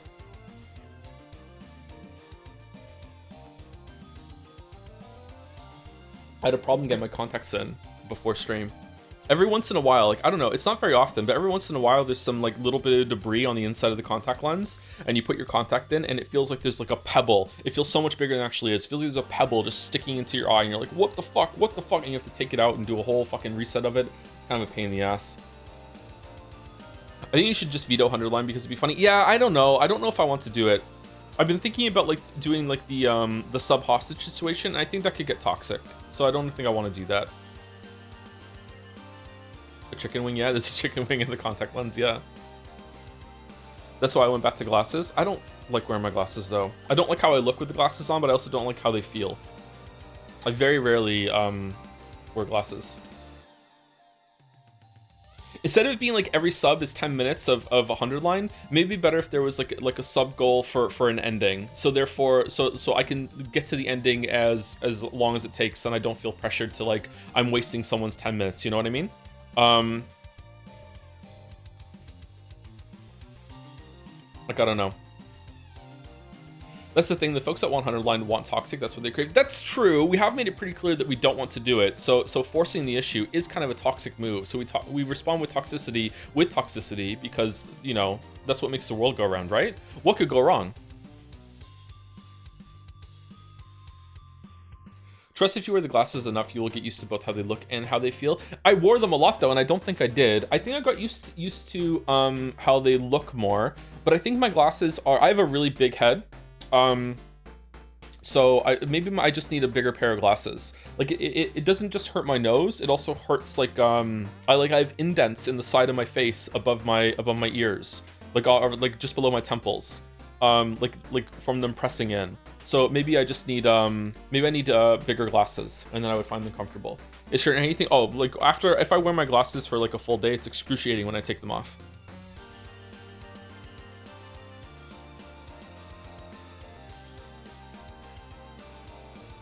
I think when you wear your glasses for an extended period, you're always gonna have indents on your nose, right? Like it's resting there, like not painful indents, but you're always gonna have something. But maybe not on like around the ears, the temples. Like that's where it hurts. Yeah. I have very sensitive skin though, so maybe it's not a size thing. Maybe it's just a bad skin issue. I apologize, I'm not aware of how tight your glasses are. No, it's okay. Just big head, you know. You know what they say about someone with big head? Big YouTube videos. Thank you, Sienna in Vienna, for the 3 months. Happy birthday, Joe. Hope you have a fab day. Me too. It'd be nice to have a bad day. Sorry, a fab day, not a bad day. Whoops. All right, I've cursed myself. Thank you, Ko Hakiyama, for the 23 months. Happy birthday, old man, Joe. Your and cute eyeball eye and a porn mag addiction away from being the best detective ever. Oh, I was wondering where that sentence was going. Okay. I'd replace an eye to get Iba. Yeah, sure.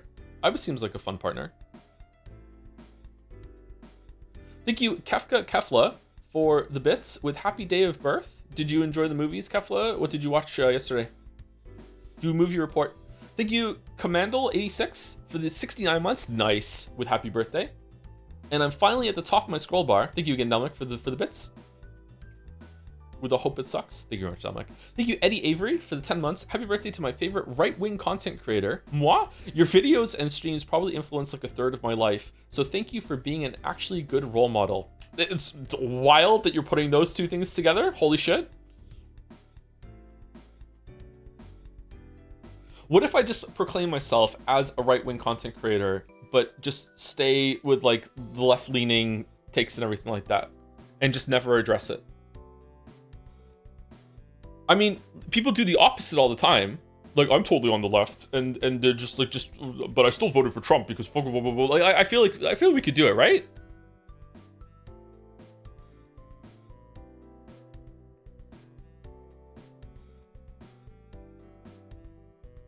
You are a pretty good role model. That's terrifying. That's terrifying. Get it? Twist. A current poll. I want 100 line because okay. Thank you, Eddie Avery, for the 10 months. Oh, I already read that one. Thank you. Sorry, I'm. It's my birthday today, so I'm all out of sorts. I'm getting so old I can't keep it straight. Thank you, Zengraph, for the new sub. Why does it say months in here? That's weird. Thank you, Zengraph. Thank you. Welcome. Thank you to Azrael Cat for the bits. Post Marble Race, people should donate to add an ending and lose an ending, starting from 50 endings to decide how many you need to do for 100 line. Make it a monocoin thing. Huh. Interesting. Okay. Are slight variations of one ending counted as one ending for the subathon? Because that might knock off like 30 endings. I don't know. Does the game count it as that? Because if the game counts that as a full ending, then yeah, it should, right? I don't know how the game works. I thought there were like 100 equal endings. Or some endings in 100 line faster than others in terms of like, are some of them jokes? I feel like I'm gonna sneeze. He doesn't know? He actually doesn't know. Yeah, I know very little. I want 100 line because I think it's great. I think it's shit. I think Joe will go, wah! I want to inflict it. I don't want it. Ooh. And thank you, Chronotacular, for 500 bits at the end of all of this. Hey, Tom, happy birthday. I turned 33 on Tuesday, so here's to our shared misery. Getting comfortably into the 30s? Yeah, I can see some of the misery. It's okay, though. Don't worry about it. Thank you, Chronotacular. Enjoy Expedition 33.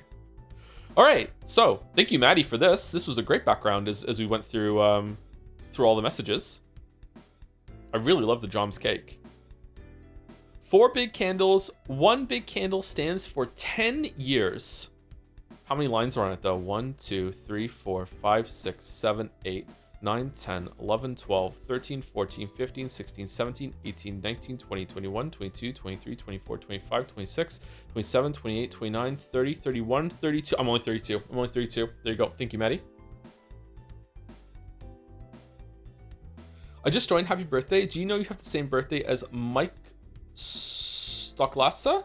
I feel like I know who that is. Is that one of the Red Letter Media guys, or am I getting the name mixed up with someone else? Oh, it is. Oh, damn. Huh, that was a call. Holy shit. Which one is that?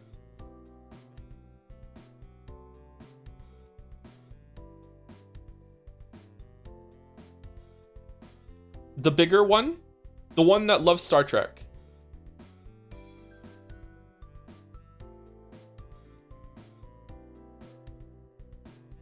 The grumpier one that does not narrow it down.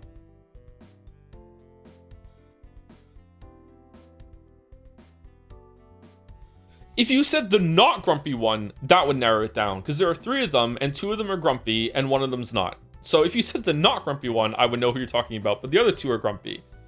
Is it the one that, like, when Star Wars, the new sequels were announced, he did a crazy bit where he went crazy and smashed a room with all of his figurines in it? That was a great video. Mr. Plinkett? I don't know which one does the Mr. Plinkett. Yes, that's him. No, it's not. That's right. I love how we're doing this instead of just looking it up. Hold on. That's Rich? Well, I mean, I've never smashed a room with Star Wars figures in it, so I don't know why you're putting me on blast for. Mike RLM. Oh, it is him. It's the one that looks like everyone's dad. Okay, yeah. Jay Bauman is the not grumpy one. Rich Evans is the one that smashed the room with all Star Wars figures in it. Okay. And Mike is the one that loves Star Trek. Okay.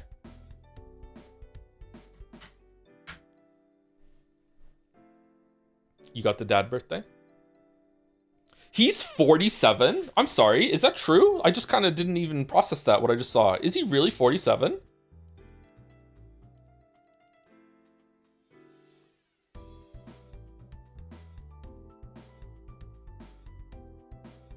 Born 1978. All right, he looks pretty good for 47, I'm gonna say, unless these pictures are old.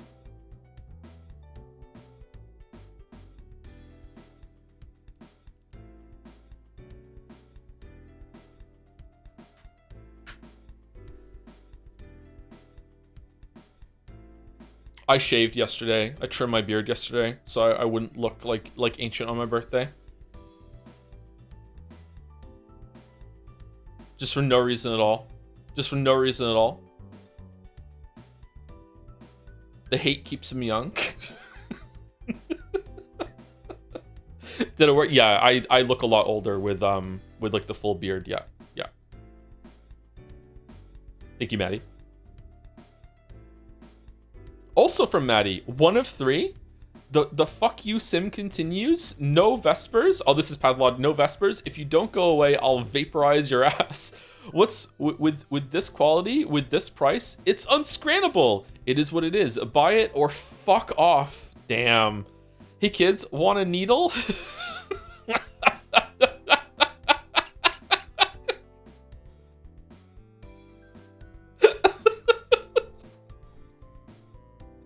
Don't shoot.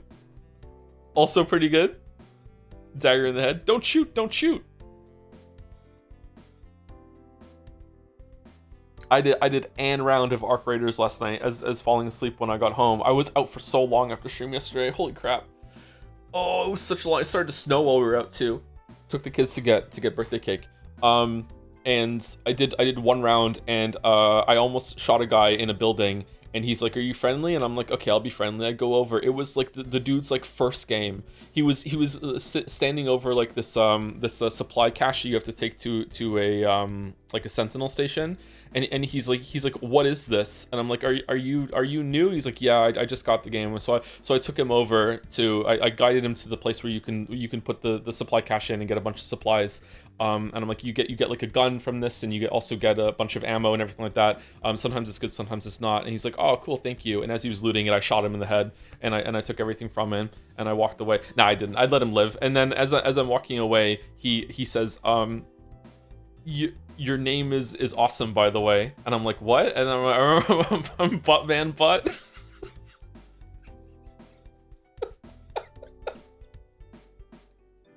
So the first person he met in this game was showing up in his like corner of the screen using the microphone. It's Buttman Butt.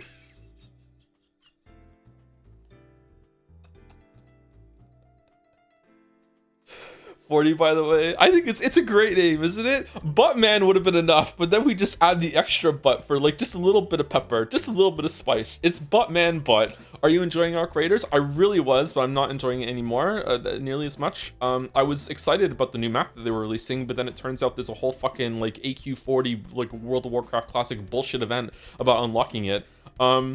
So like I couldn't play the new map because no one could because it wasn't fully released. I feel like the PvP is not that great. Like, I don't know. I feel like, I don't mean like it gets in the way of the PvE. I mean like just when I'm PvPing in Arc Raiders, I'm just not having a good time. Like it's not as fun as PvPing in Hunt Showdown.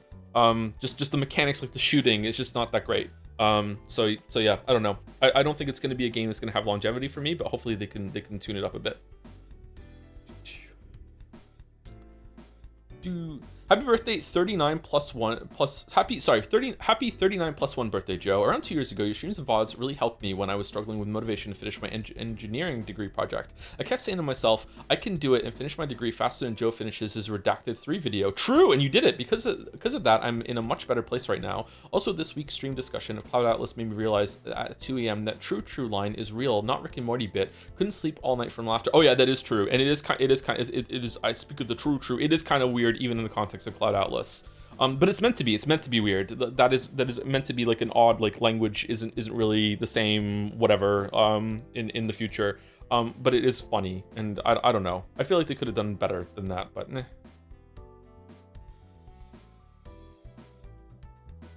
Hunchdown is goated though, something like it. Yeah, maybe I'm comparing. It's an unfair comparison. Yeah. All right, so 1 out of 3. More pathologic. Aw, cute. Aw.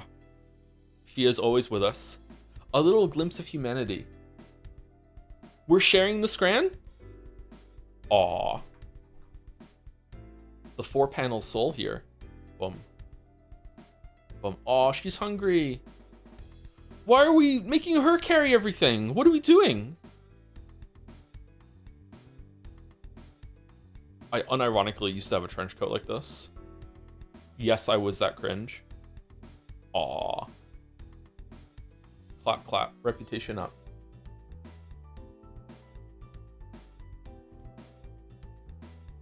Vote for my daughter. Propaganda for Fia. You should hold most of the propaganda back until we're actually voting instead of just nominating. Like, she's a shoo-in for nominating, right? Right? A little glimpse of humanity. Thank you, Maddie. And 3 of 3. Health 5.2%. Is this the straight score? What the fucking hell, man? What the fucking this in the background? Holy shit. Doesn't always lead you to the happy ending, however. Oh no, it was poisoned. Set us up the bomb. This motherfucker. This motherfucker. Is there actually a random chance in that game that the food is going to be plague? Can you like save scum around it or no? Or does it spoil over time? Smiles in the chat? Nobody knows? Each bomber guy would know.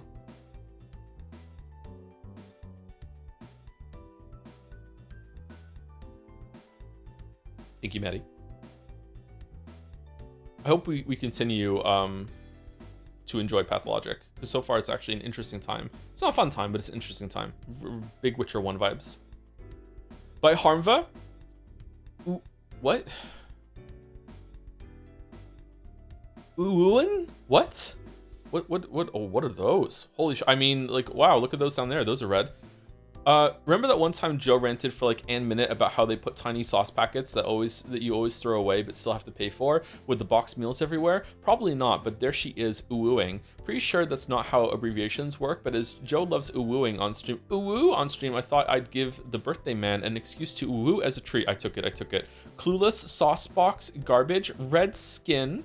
Hat, red skin is so gross. Ooh, gloves, gross, also gross. Oh man, this design is so gross. So gross. Ooh, tiny sauce, unwanted, unneeded. I think, unironically, that these here, this specifically, should be banned. I think that there should be we should all group together as a society to make a minimum size that these can be, because I think that this size of ketchup packet is never enough for one person, and it's just a waste of resources. They should be bigger. Like the amount of shit that goes into making the material for this packet, right? If you want ketchup, I feel like having a portable ketchup packet is a good idea, okay? I think it's a good idea. I think we should have it, but I think they should be at least 3 times bigger. I think. Damn.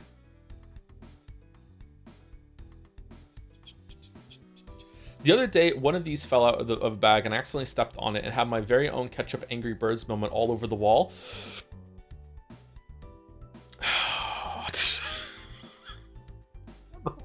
Why did you say it like that?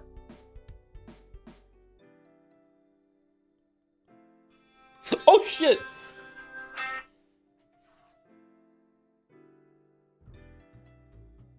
It's the cringe police calling. I still don't get the Angry Birds thing. I do a lot of kegels.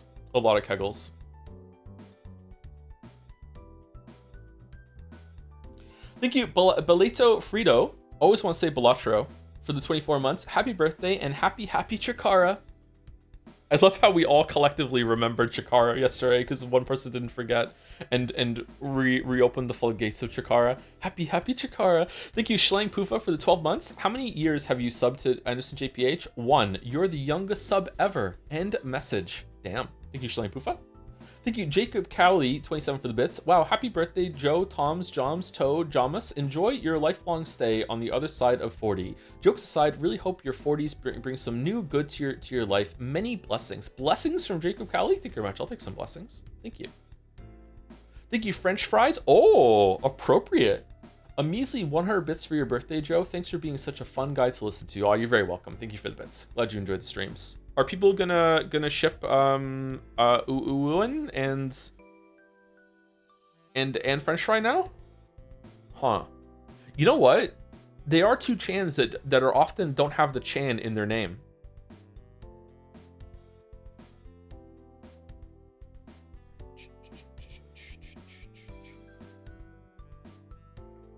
I like her hat. All right, is there a 2? There's a 2. Truly, the Witcher 2 video of fan art. Overworked, took too long, and I kinda hate it. Why? It's good. Good luck painting that dress to anyone who ever wants to make Yuri art with Anne French fry. Oh, okay, you knew what you were doing. Okay.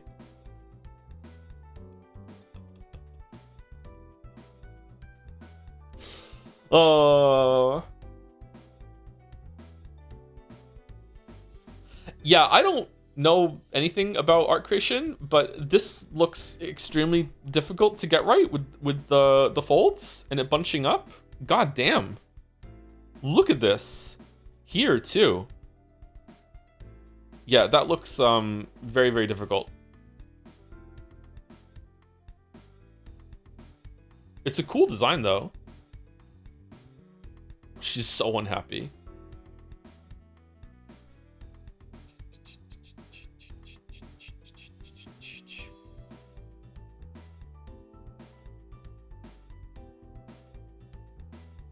You need a reference model for sure? Who wants to volunteer? Blurry Persona 3 on the right, Blurry Joe on the left. Is that Persona 3? What's in the background? Is that some like Yuri looming in the distance? Do. It sure is. How can you tell?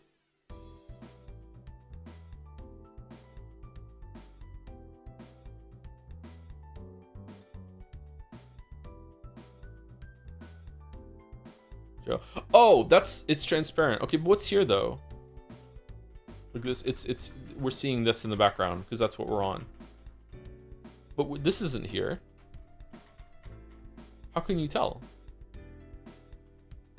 I don't see Persona 3 at all. How are people so in tune with Persona 3 that they can just see it when it's so blurry?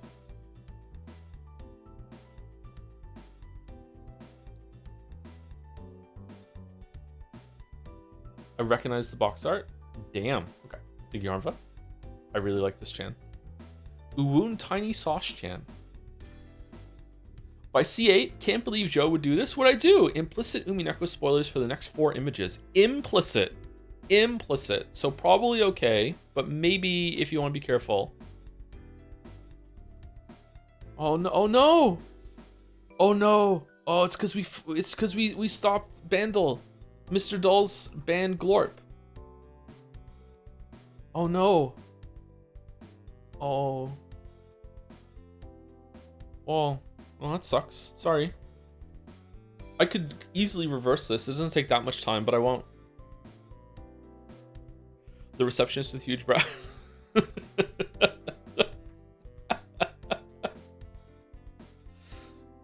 Aw, damn. Impressive eye contact. Okay. All right. Loyal. Or she's a butt girl.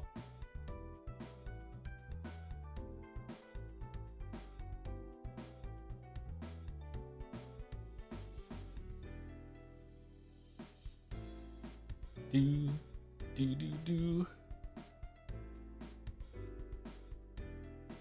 Butt girl butt. Nice. Mr. Dolls. I like Mr. Dolls. Thank you, C8. All right, so Umineko spoilers, maybe? 3, 2, 1. By Tep, some nomination propaganda, both for Red Truth Chan, Best Nude Chan, and Metal Gear Solid 4, Creamiest Stream, and Totally Not Mistake Stream, Shannon smiled. Red Truth Chan, Metal Gear Solid 4 is peak. After all, it has some of the most emotional boss fights in the entire series, and, as an added bonus, all of them are powerful women. Representation win. Every one of those fights is a wonderful synthesis of the old and the new. Oh damn. That is a take. That is a take. Okay. Does it progress? Oh, and we can't ignore just how deeply they connect to the story too. After all, those fights end with you confronting your enemy at their most vulnerable and are forced to kill them to continue your mission. An intimate moment where you gaze upon their pitiable forms, stripped of all artifice physically and emotionally, as you learn all the horrors they have to suffer. Why?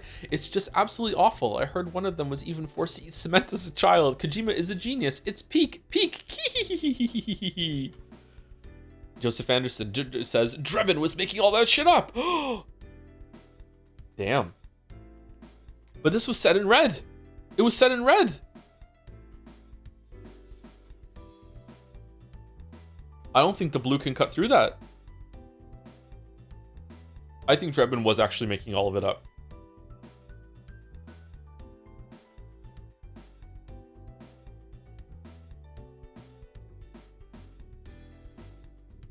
Damn, there are subjective red truths. I mean, that's the spoiler. Thank you very much, Tep. Ooh. Oh, damn. Credits to Dominic for writing all that? Really? Dominic should be in the tags then. By Crumbs, Dear Joe, Mouse, Jelly, and Jads. Alas, it is finished. My farewell piece to all of Umineko. Reunion of the Rodent Witch. Although, that's a good title. Although this is a bit late, I still wanted to make something to commemorate the Umineko streams and all the chaos that ensued, and I hope this picture will suffice to tell how much it all meant to me. Please be sure to look very closely. Oh, I see Date already. Credits to the artists of the respective chans, and if you like it a lot, consider nominating it for Jedsea 2025. There's still time. Oh, is that... I get them mixed up sometimes. Is that Sumari? I think that's Sumari, right? That is Sumari-chan. I really like Sumari-chan. Bikoi Off Snow, Blue Truth Chan, Chandelier Chan, Chessboard Chan, Glorp, Gold Truth, Jelly, Jomsif, Moi, Kaname Date, Mouse, Sho, Teramusa Nanjo, Sumari, Tub of Insects Chan, and Umineko Chan. Where's Tub of Insects Chan?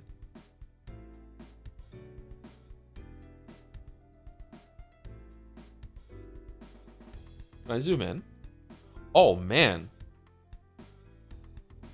Look at the zoom we can do. There's our boy. Porno Mag, our boy next to our other boy. Chandelier.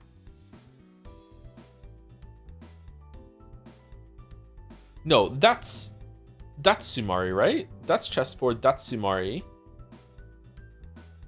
This is Sho, right? I think. Is that Tub of Insects? Next to the tub? Bikoi drink? Oh, the scran on the table. Joms. Oh, there's so many details.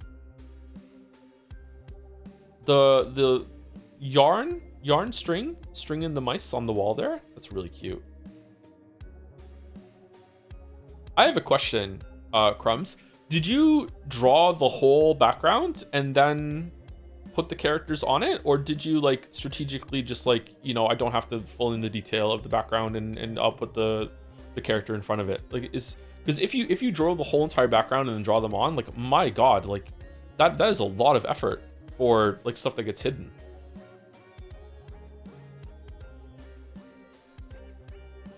Aw. Jelly, do you support this hangout? They look like they're having a great time. Sick reflections on the floor. I know, right? Look at them. The green version of this outfit goes hard.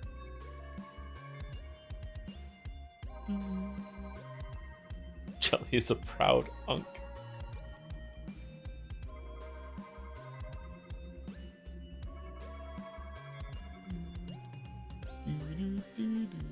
All of the books.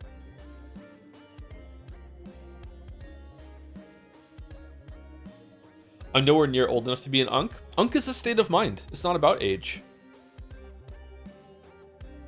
Where'd the cake come from? Damn, that is gorgeous. Thank you so much, Crumbs.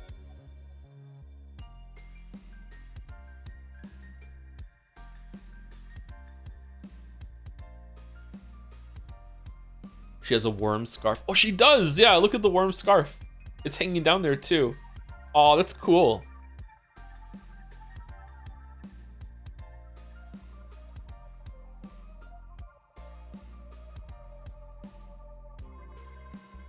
Every Chan was there. Every Chan, every Chan, every Chan, every Chan, Chan, every Chan, every Chan. Can you zoom in on the newspaper under the hot dogs? It has something on it. I can't zoom any further.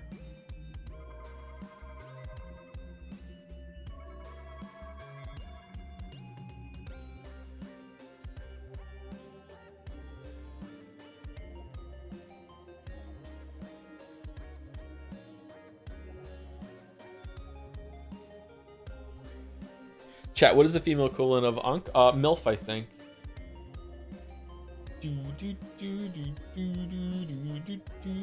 So 6 Chan has the honor of being the only Chan who's had a different design every time she's been drawn. Has she really?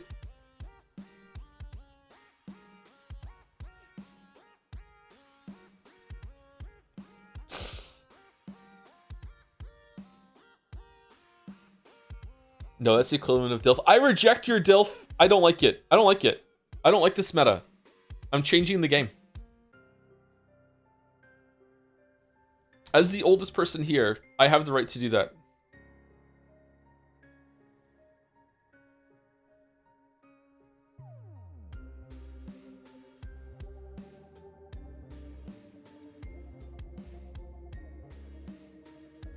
Not only does she keep getting redesigned, I think we've said this every time a new design pops up. Well, we'll have to continue the trend.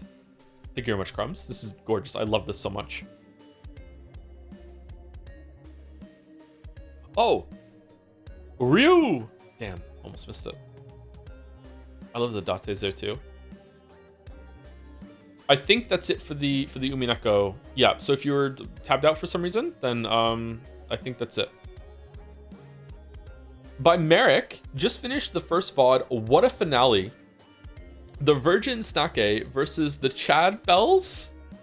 Prospects, Piss Pants Weeb, Raw Revolver Cringe a lot. Woman engineered to perfect parry the Bond girl role. And no, not November champion. Didn't use CQC because the huge fucking backstory justifying it when really it didn't need it. Dunked and dumpstered for nicotine intake by Nanako 2. We have Big Boss at home. Basically just a vehicle for nanomachines, the muscular suit, and lung cancer. Ages like milk. Just mustache by itself. Respects women. Probably wishes he could molt. Holy shit. Versus the Chad Bells, puts the Roy in Pussy Destroy.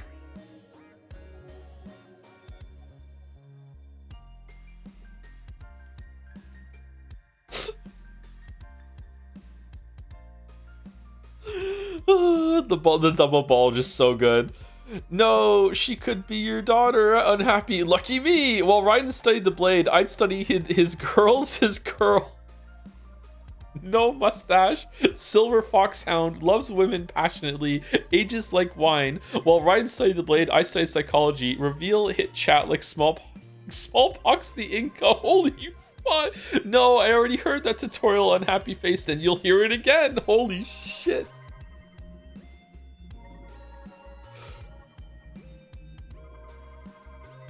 Damn.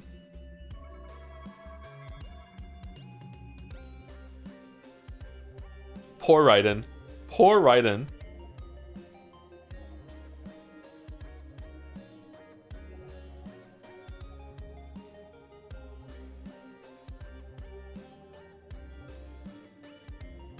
+2 Merrick. +2.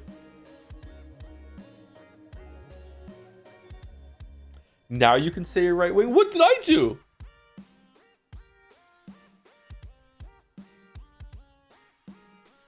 Raiden had a hard life. You know, it was raining today 40 years ago. Oh, man. I love this meme format still. It's a classic. But maybe it's just because I'm a millennial, so, you know.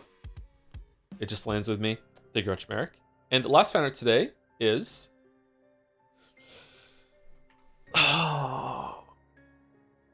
Baldur, no sex warning? Baldur! Holy shit! Kept you waiting, huh?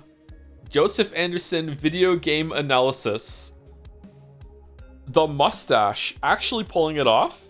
It's the 14th in Japan, so happy 39th birthday, Joe, Tom, Jom, Tosif. Thanks for the many hours of entertainment and helping make my life better. Here's the same picture for the 5th time in honor of your favorite video game series. Don't worry about people calling you old on the internet. They do that to anyone regardless of whether they're really old. Several Jadseans even called me old, and I'm just 24, so don't sweat it. And from everyone else in the community too, even though I didn't ask anyone, happy birthday, Joe. Thank you, Baldur. Thank you. What an ending. What an ending. We need 30 more of these images. There's already quite a few.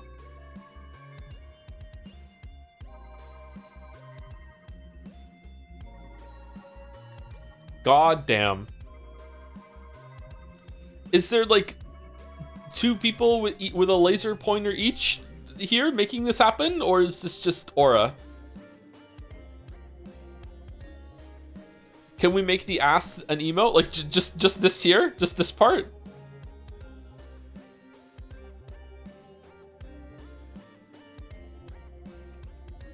How would that even look in the chat?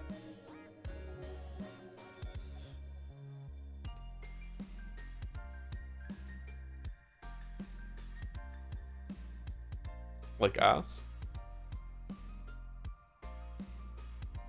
We'll see. Maybe we can swap out one of the latter emotes for the ass emote and see how it looks. It's a birthday cake. Fucking hell.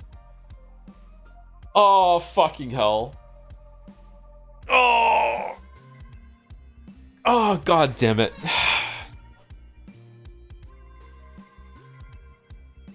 Thank you very much, Harmva. And thank you everyone for the fan art and for the happy birthdays.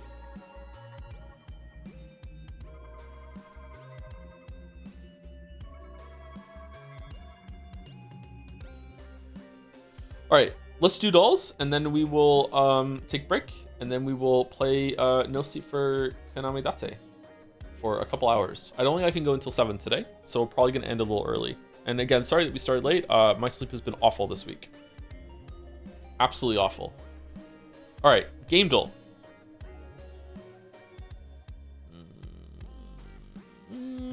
Is this a Conan game?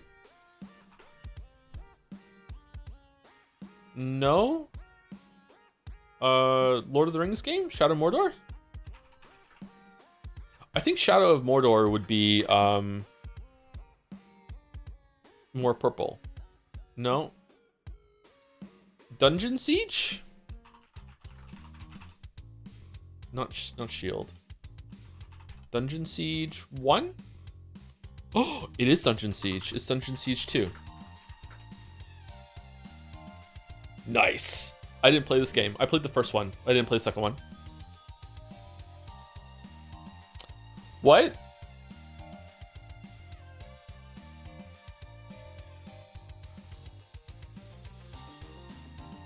That's weird. Silent Hill. Just any Silent Hill. Okay, it's not a Silent Hill. I don't know what this is. Acid Peel? It's Until Dawn, really? What? I've played Until Dawn and I don't recognize any of this shit.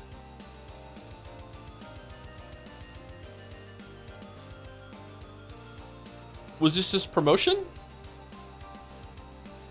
Matt? Yeah, Matt, what the fuck? The second face, you didn't recognize that? I vaguely recognize that one. That's what, I almost said a spoiler for the game. Someone was wearing this. What weird promotion. Okay, it's very provocative. All right. Jodel. Unfortunately, video games do this so well that I can't think of a single example of this happening ever. All discussions on games with ambiguous stories are always respectful and come to reasonable conclusions. Shit. This is a video. Fuck. What video is this? Erdtree. Erdtree. It's the Erdtree one? Oh, is it the Erdtree one? I think it's Erdtree.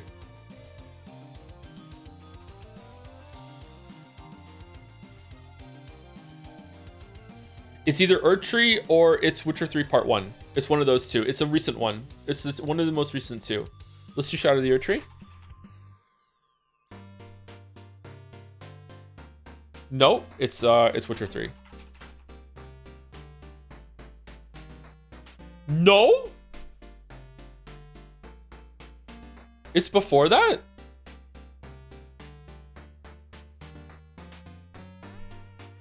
Unfortunately, video games do this so well that I can't think of a single example of this happening ever. It's pointing down. All discussion on games and ambiguous stories are always respectful and come to reasonable conclusions.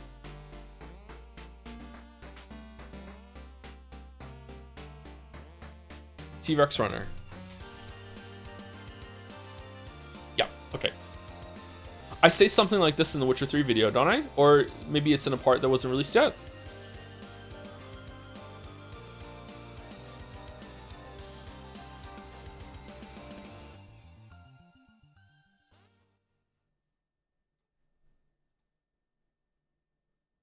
I love this video.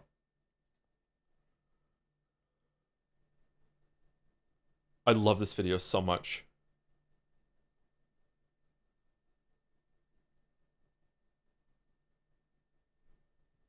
Look at it go. It's such a good video. Or rather, their interpretations, and get into heated arguments over which version is the real, authentic version. Unfortunately, video games do this so well that I can't think of a single example of this happening, ever.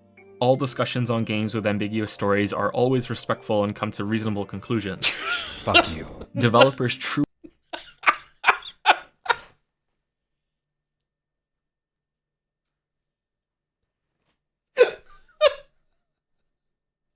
That voice though, do I sound bad? The first time you play this masterpiece will likely be an accident. Google Chrome has a...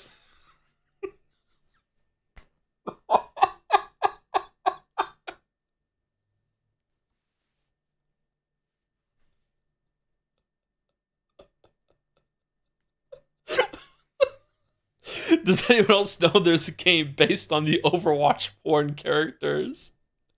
Tabs, Mercy Devil skin, Mercy Witch skin, Mercy Just skin. I love that joke. Mercy Rule 34 analysis, Widowmaker pleb taste, where to buy Mercy cosplay, Mercy into be outfit that actually exists. I mean, I hope that exists.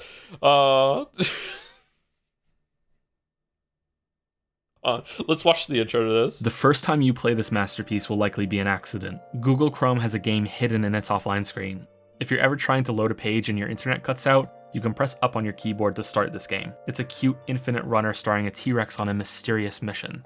I urge you to try the game out yourself before continuing because, as always, there will be full spoilers in this video. There will be full spoilers for T-Rex runner. Fuck it, let's watch it. Let's watch it. I haven't watched this in so long. Added to Google Chrome in September of 2014, the T-Rex Runner has you control our dinosaur hero with Hold on, one second. I can't remember the tabs. Cowboy Bebop fan theory, analysis of what? Of Rex Runner. Neon Genesis Evangelion, I think. Anime like Persona 5, Sailor Moon spin-offs, anime copied Dark Souls, Berserk, not Eminem. Hentai senpai meaning question mark. As you control our dinosaur hero with only 2 buttons. Up makes him jump, down makes him duck, and pressing down during a jump will cause him to fall back to the ground sooner. So a bunch of people in the comments for this actually said, what the fuck? I didn't know that you could make him land sooner by pressing down. They actually learned something from this video. You use these controls to slip past obstacles while the game continually propels you through the level. But that's all boring gameplay stuff. Like most games, it's a simple distraction while you discover the true meaning of the artistry that you're witnessing, the story. Yeah. See, video games are unique among all forms of art because they have to deal with interactivity. There's no way to reliably frame something or provide definite direction for the player reaching the conclusion that you want them to have, save for making your video game turn into something else instead. A movie sequence within a game isn't a game anymore. It's a movie. It sounds sort of stupid, but it's also true of reading diary logs or watching scenes of dialogue play out. Unless there's player input, something meaningful for the player to control, it's no longer a game in those moments. Am I like... Do you think a bunch of people have watched this and don't realize it's a bit? Like, I don't know. Like, I feel like maybe I did this a little too well in terms of the straight face. I don't know.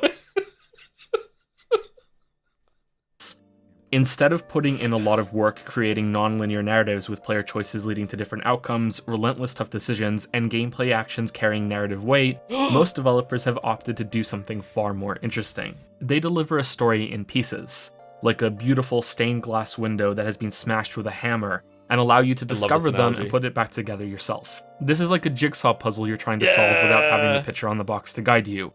Plus, you keep cutting your fingers on the pieces of glass so your blood is within whatever conclusion you come to. It really reinforces how much you're invested in the process and how worthwhile it's been.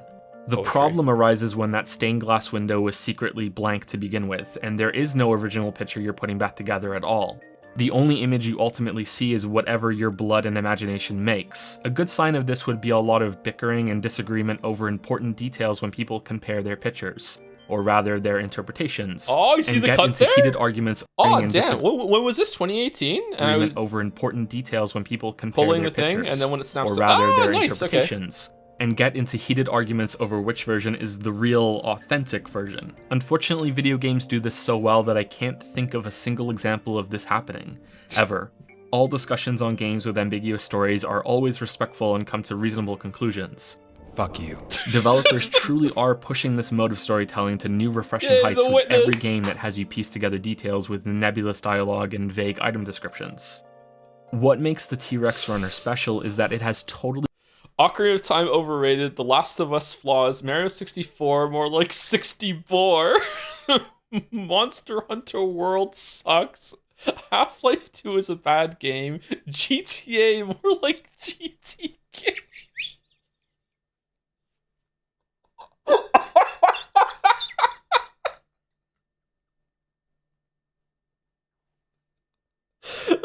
Contrarianism for dummy.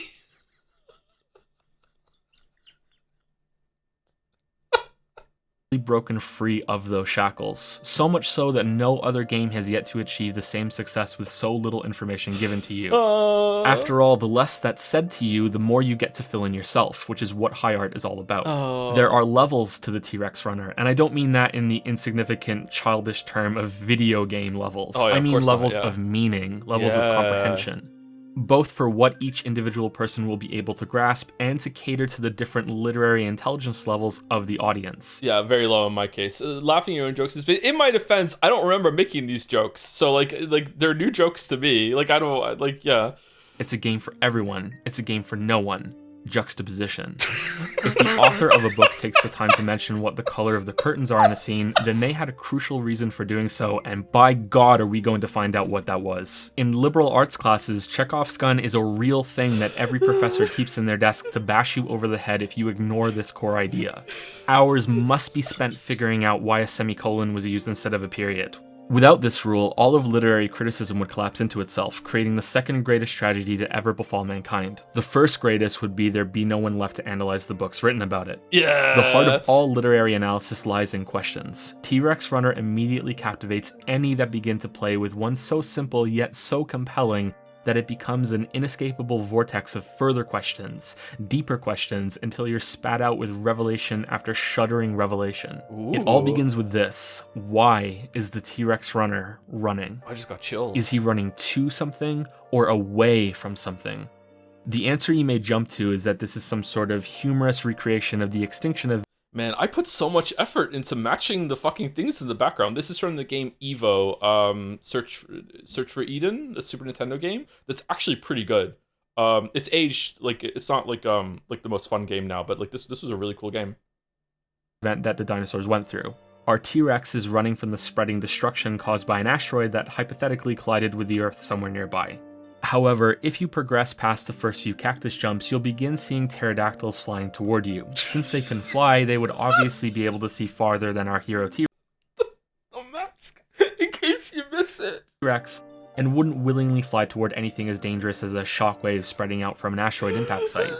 Again, everything is intentional. You need to remember that. Yeah. These pterodactyls could have easily been flying in the same direction that we are traveling in, and we're simply running so fast that we're overtaking them. But this isn't the case, and that's really important. True. Does this mean the T-Rex runner has an intended destination? Not necessarily. He could still be running from something, and I will posit his motivations are more than clear in just a moment. Foreshadowing. But we can safely assume there's nothing actively chasing him.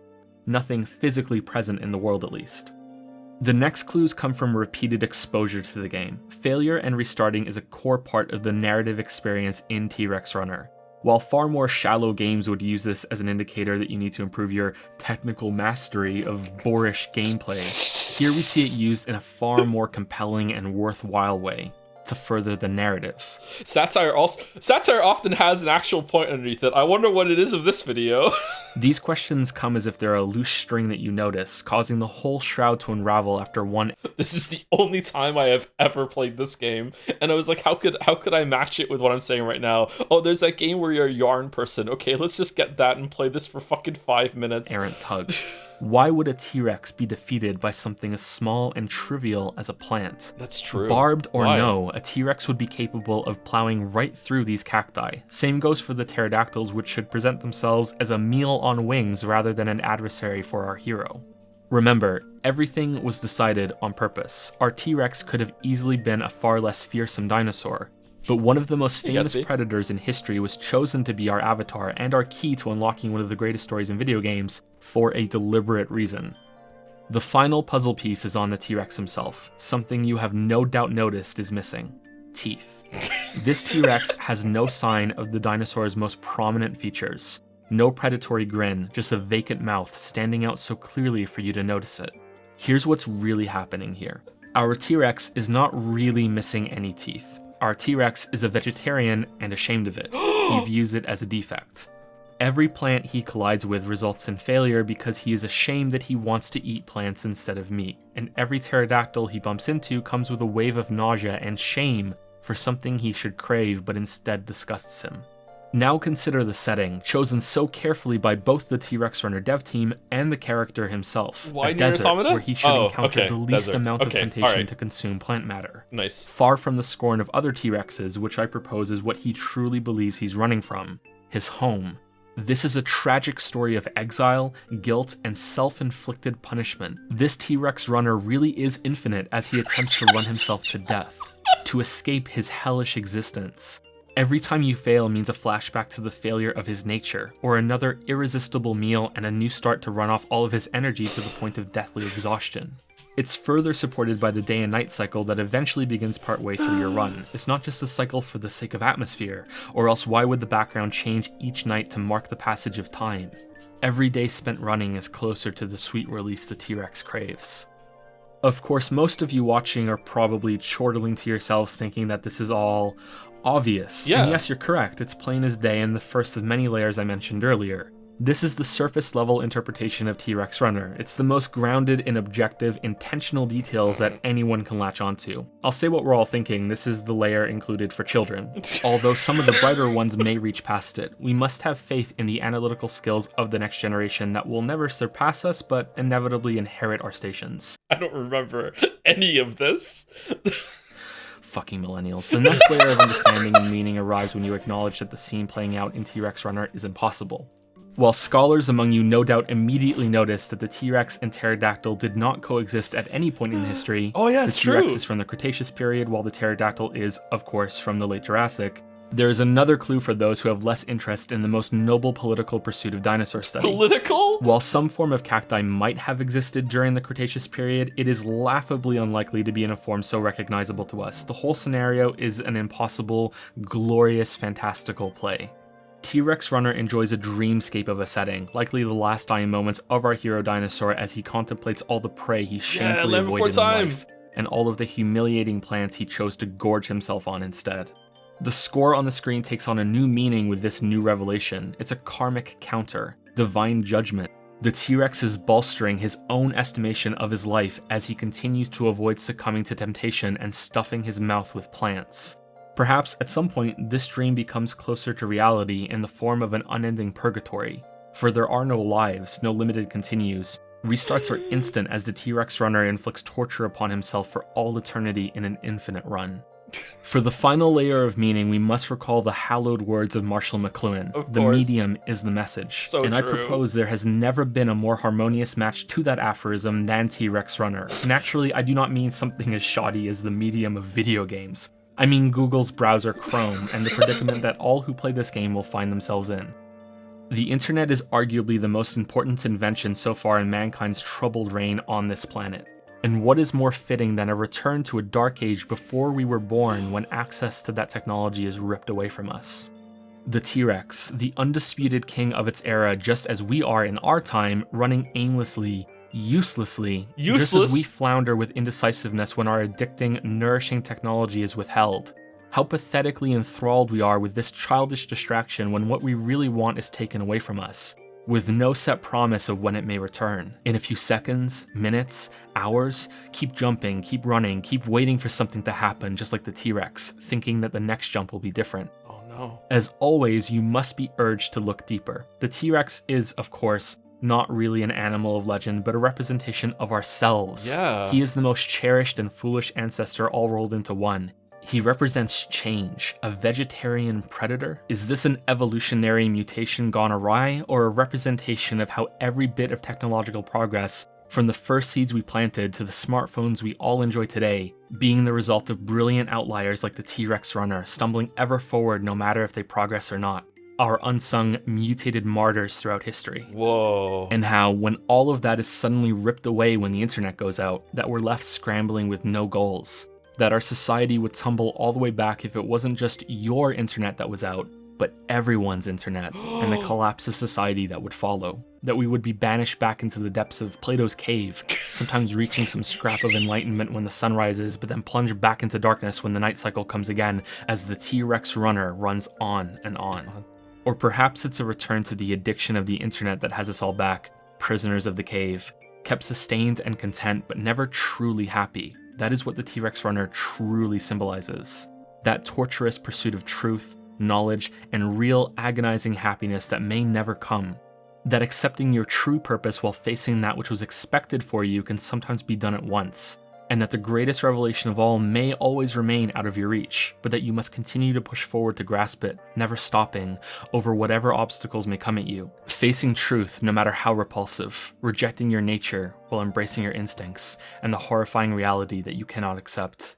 Basically, it all means that Super Mario Odyssey is a 6 out of 10. You never see it coming.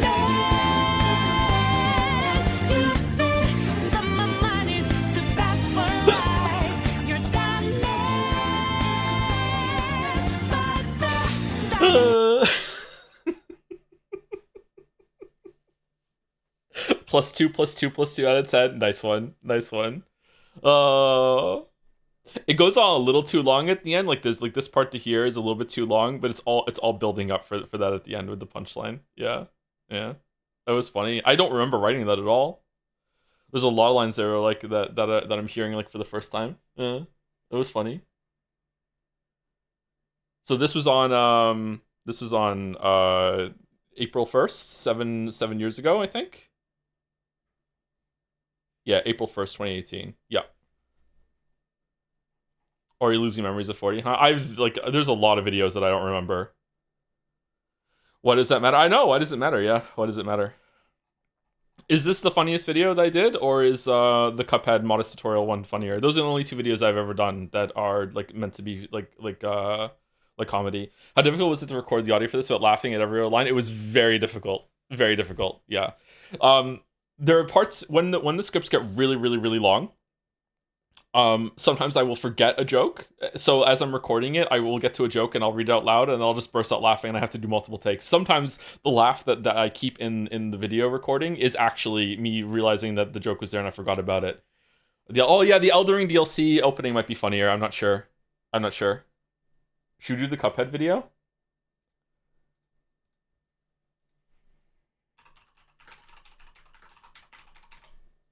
Erdtree was funnier? Well, Erdtree's only funny for the first bit, right?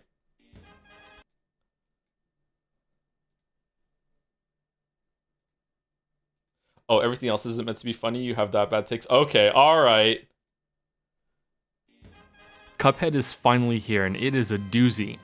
Suffering multiple delays after its impressive reveal trailer, it feels like a miracle that we get to play it at all. I don't think I'm alone in saying that the visuals grabbed my attention so much that I avoided seeing any other trailers on the game. Maybe that wasn't for the best though, because it turns out Foreshadowing is a literary device. Alright, so it's important that I didn't see any more trailers because, yeah, okay. Sorry, I'm explaining the joke. Isn't anything like we expected it to be. Turns out Cuphead is like a lawn gnome, short and hard, and like all gnomes, it defies convention and ends up as a maniacal art piece. A subversion of everything that modern games stand for. There isn't much to spoil, but I will be showing the entire game, every bit of it, over the next few minutes. All of the big surprises and big reveals, so be warned if you want to continue. So here's my review for Cuphead, the latest, hottest game from the guys who brought you Hollow Knight, as you can tell from the art style. This game has been all over Twitter lately because of how it looks. Non-stop tweets about how gorgeous it is, and you can tell that they're right. Team Meat really upped their game for this one.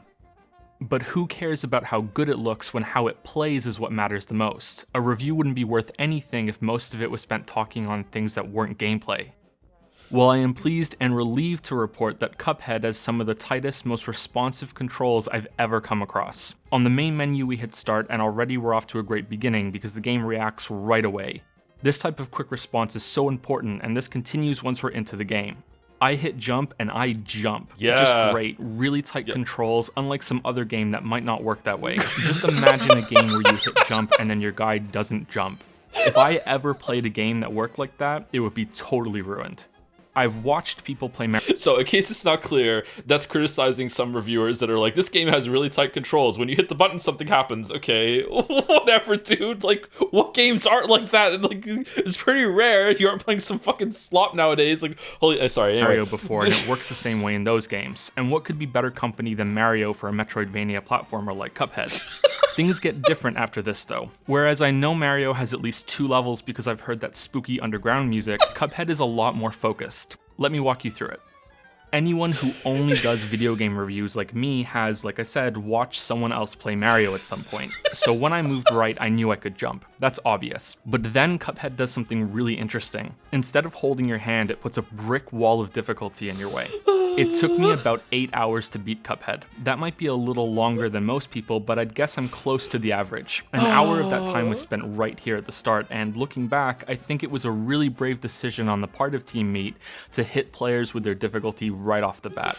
See, since I'm a game reviewer, I noticed whenever I jumped it wasn't always the same height. I still don't know what causes it because I'm not a programmer or anything, but you can see it as I run from the start here. Different heights on some jumps. I thought there was some sort of dice roll to it, some randomness or RNG for any newcomers who aren't familiar with the really technical term. This immediately made me think of one of my favorite games, Hearthstone, or Diablo, so many games by Blizzard really, and they're one of my favorite developers, so Cuphead was once again in good company. Yeah. Blizzard is just like Nintendo and Bethesda. Their games are so good that I already know when I start my review that it's going to be a high score. I don't have to sweat and worry whether it'll be a 7, 8, or 9 out of 10. Instead, I only have to worry about how high the decimal point will be after the 9. And that makes my job so much easier as a reviewer, so I enjoy the game even more. It really justifies the score. They're really great developers.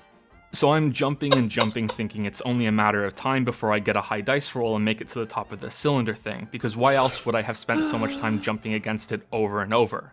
It was only an hour later that I finally saw it, the text in the background. Yeah. Let's go back to Mario for a second. See, Cuphead is really hard, and I know from when I watched someone play Mario that Cuphead is way harder than that. Because that game, Mario, didn't have to put text on the screen to help you out. This means it's so much easier. Cuphead demands so much more of you that it had to do this. It also uses way more buttons on the controller, whereas Mario doesn't, so it's already a more complicated and, dare I Stuck here too. Fucking say it, better game because of it. Reading this text made me stop in place. I had to shiver as one of the first of many deep revelations about Cuphead swept over me. Creating a challenging game wasn't enough for Team Meat. No, they had to create a gripping experience on top of that. Think of the name, Cuphead, an empty cup waiting to be filled, an empty head waiting to be filled. Oh. No ability for independent thought. The game doesn't let you overcome this obstacle on your own. No, you have to become Cuphead and allow these text messages to fill your mind. You can't proceed without doing this, no matter how hard you may try. It's incredible. Even after you know what to do, this isn't easy. It was another half hour before I finally got this timing down, and your reward is a much easier task of jumping through the floor. Still fucked it up though. Then the second trial begins. I want to stop and focus on the shooting here, a system that was made just for one part. That's all, developed and refined just for this. The game feel is sublime here. Notice how your bullets go through the block below your target, not only informing you that you're shooting the wrong thing, but also something that you can feel. You can feel. So again, this is criticism how people misuse the term game feel without like really knowing what it means. So just feel the bullets go through. Feel the bullets going through the wall and everything. Just great game feel all over this game. Great game feel, yeah. This trial is easier than the first one because now you know what to do. Embrace Cuphead, follow the instructions. If you're feeling stubborn though, then this time you can break out of sequence and embrace randomness instead. Jumping and shooting has a chance of breaking the target, something I decided to do just to fight back against the game a little bit. That's how engaged I was with this cat and mouse routine it had started. As if to punish me, the next trial, or let's use proper terminology and call it what it is, a level, was a boss. Cuphead is once again unafraid of breaking conventions. It puts the boss in the middle of its duration, not at the end. This is where you'll spend the lion's share of your time with the game. A boss that has no attacks, has no way of killing you, and is still one of the most intense encounters I've played in a game. You need to jump and then bounce off these pink lights, 3 in a row, or else you can't make it over the next obstacle, and believe me, I tried. This is a 3-stage timing challenge that's rough even for the first one. This is like the jump and dash from earlier, way earlier in the game, because Cuphead expertly builds on prior lessons without any filler. Maybe most players will beat this challenge in only 2 hours or so instead of the 6 that I needed, but I don't care. I'll admit how difficult this was for me and how accomplished I was at the end. When I finally did this, the whole day was gone and I needed to shave, but I also didn't need to anymore because I was a man now. I had beaten it and had earned my next reward. You may think I'm crazy for sticking with it for so long, and I don't blame you. I was tempted many times to give up, but I'm a game reviewer, and I've watched enough people beat Dark Souls to know that sometimes you need to knuckle down and get through a tough part of a game. And now I understand why so many have in bleeding edge difficult games like Cuphead, Dark Souls, Crash Bandicoot, and What Remains of Edith Finch. A ghost appears next, and how fitting that it's a specter, a tease of what the game could have been if it wasn't biting commentary on typical gameplay trends. Co-op, multiplayer, I love What Remains of Cuphead Edith only Finch. brings up such things to ridicule them. And the ghost keeps spawning again and again, no matter how many times you clear it. A constant reminder of the false promise of the early trailers, and the artful bait and switch that Team Meat has performed for us. There's also the potential lore of the ghost and the coin. Like much of the game, it could just be a parody of other modern titles with so much unnecessary fluff, but who knows anymore. In a post-Dark Souls world, and make no mistake, Cuphead revels in that world. There could be layers of hidden meaning here. I look forward to watching a 2-hour-long video on each of these mysteries. I think it's a good sign for a game story when you'll spend more time watching things about it on YouTube than you will playing it. That's depth. It's also how it ends, the parting mystery that the game concludes on. There's a door to the exit. An exit to what though? A place to spend your coin? Something new to shoot? No, Cuphead does none of these things. It doesn't even have credits. It ends like it crashes, spitting you back to your desk. So I actually did put some work into making it like how could a game reviewer actually have this authentic experience? So no one was expecting someone to be stuck on the tutorial for 8 hours, therefore it crashed when you finally got through it. So that is meant to be actually, it's supposed to actually make sense. Anyway, this is my fucking background that I set up for this. Bill Nye clips Flat Earth denial, Flat Earth proof, Cosmos season 1, Owls, Shammy's crimes, Shammy, Mandalore hate file, Turbo selfie, turbo button, New Zealand lingo, Discord dragon pics, Discord. Was Discord? I was on Discord at that point. JoJo, Wyvern's gone wild. There's a lot here. There's a lot here. Cuphead hour. The story is that is also, if you look at this, I'm lying in the video. It actually took me more than 8 hours to beat it. It actually took me 17 hours to do it. Oh man, atheism memes, conspiracy updated, Elon Musk file, space pics, Cuphead guide. Oh man, what's the other one? Oh, scarily, this one here, C4VKHCD. Okay, I just left this. This is a real file I had on my desktop, and it was just a cute video of a dog in the snow. It was just a really cute video. And I just left this on here just as like mystery, like what it is. And someone actually went through the video and found this, like the link that it was on like Imgur or whatever, and I actually linked it. It's just a dog. I was like, damn, that's scary, man. That someone did that and found it.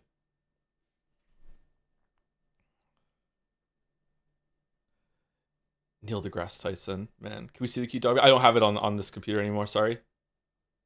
Fucking horse porn. Stop to think about what you experienced, and how so many other games can only hope to compare. After 8 hours, I knew that this was the end, but it still took me by surprise. The game is a bit short, and that might be a negative for some who are wanting something a bit more standard. Even though I know I'm not the best player, I'm no esport pro or anything, but I know that I do okay, just fine. So even if other players beat this game fast— Oh, did people find the dog? Oh, nice. Can I click on that and show it? Is it safe? Hold on, I'll see it afterwards. than I did, they will still have at least several hours of entertainment while going through this, on the pink light boss especially. Unfortunately, there's no New Game Plus mode at the moment. I want to go through it again now to show how much depth Cuphead has, so let me cut away from my footage and load it up. There's that responsive start menu again, and 3 save files, what a tease. Seriously, they committed so much to— So the audio is a little bit off here, and it bothers me still, that I didn't do this live. I didn't record it. Like, I actually, like, I did myself, I recorded myself playing it, and then I did voiceover for it. I didn't talk as I was playing the game. So it's a little awkward. the ruse, and here we go. There's so much depth found in how quickly I can get through this now. I've conquered the game and it's mine. I don't even need to read the text anymore. My Cuphead is already filled with all this information. We'll shoot the proper way this time. I think it'll be much faster and you can see how it's meant to be done. And then we're on to the next part. I hope I can do this one first try, and even with the boss here, you can— oh, look at that. I didn't notice that before. You can use the third light as a springboard to get up. This is a bad take. After all, that's another great example of the depth in Cuphead's encounters. That's probably something useful for the speed run of the game too. That'll be a big time save. The ghost and the coin feel like old friends now, still mysterious. And there's the exit. From 8 hours the first time to less than a minute the second time. How many other games can boast— wait.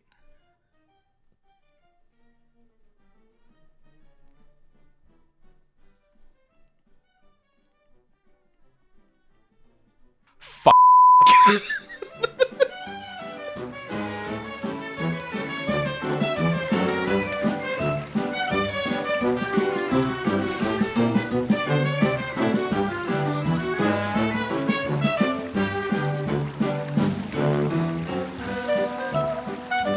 8.8. Pros, great art style, depth, game feel. Cons, really hard, a bit short, not made by Blizzard, Nintendo, or Bethesda. Did you beep the word fart? No, I just beat fucked. I thought it was funnier with it being beeped out. I don't know. Sometimes the censor is makes it funnier somehow. Do you know the Super Best Friends play clip where they talk about one of their old coworkers who said they have faith in the 3 Bs, Bethesda, BioWare, and Blizzard? Did they really? Damn. So this video is extrapolation on something that actually really did happen with someone who previews games, had a bad time with Cuphead, and was like spread around the internet. I think the guy received way too much hate for it, but it spawned this this conversation about should a reviewer have to be like good at a game in order to review it, and that was the more interesting thing. Like what the guy did was, like, you know, it was a little funny, but he received way too much like backlash for that. But the conversation about should a reviewer be able to like be good at a game to review it is clear. Like, you don't have to finish a game or to be good at it to have an opinion on it. Definitely, like, you can still have very worthwhile perspective and everything like that. But if you're doing like an official review of a game, I think that at the very least, you should have to finish it on like easy at least, right? I think that's what you need to do. And it blew my mind at the time that there were people saying that no, you don't have to finish a game or to be good at it to finish it. There is some weirdness there though when it comes to like, okay, well, what if a game is like Hades or Gungeon and you can play it over and over and over again, or if it's a multiplayer game, that sort of thing. Then it can become like that's the gray area. But most games aren't like that. Most games are they have a definitive ending, and you should definitely be able to see an ending if you're going to do a full review. You can definitely do an opinion piece on it though. You can do an editorial, and that can probably have more merit than some reviews sometimes. Yeah, it really depends on how a person is defining a review. Yeah, for sure.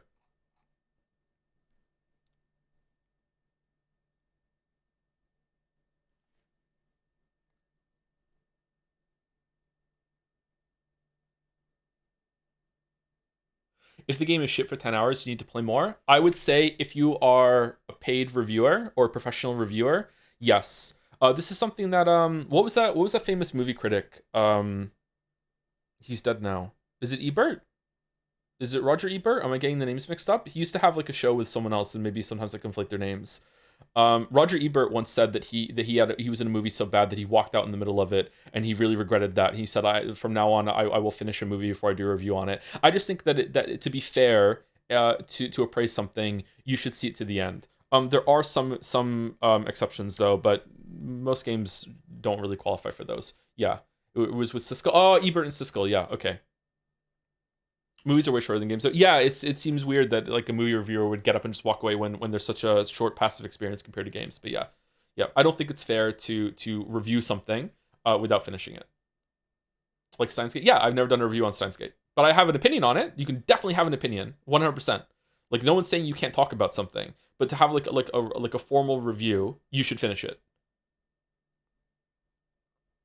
What if a bad movie is only bad for the first half and then it's really great in the second half, and then it turns out that it was bad on purpose for the first half? It's meant to be bad. No, you don't see it's meant to be bad. This also applies to sports, funnily enough. You can't properly judge a whole game properly if you did not see until the end. Well, yeah, that it makes more sense in sports because there could be some like turnaround big top moment at the very end, right?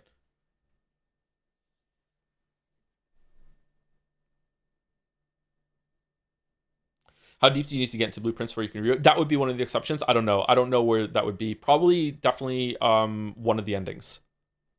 What about Silent Hill F multiple playthroughs? I don't think you need to see all the multiple playthroughs to judge Silent Hill F, but some people might be a little bit mad at you if you judge it just from one playthrough. Yeah.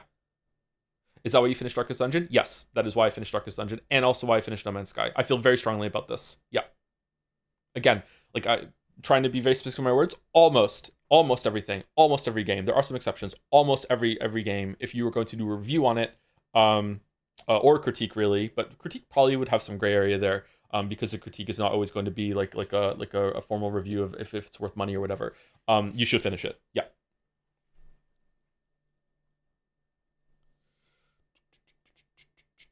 One issue is publishers intentionally don't give reviewers enough time with the game before embargo lift to finish it before they want to hide something. Yeah, but then the reviewer should just not publish the review then, right? Like it's like the reviewer. I understand that it sucks for them that the first day or whatever is when all the hits come in, but like if you're not done the game yet, if you didn't have enough time, then that sucks, and they should give you more time. But also like you haven't done your job yet, so you should finish the game before you do your review.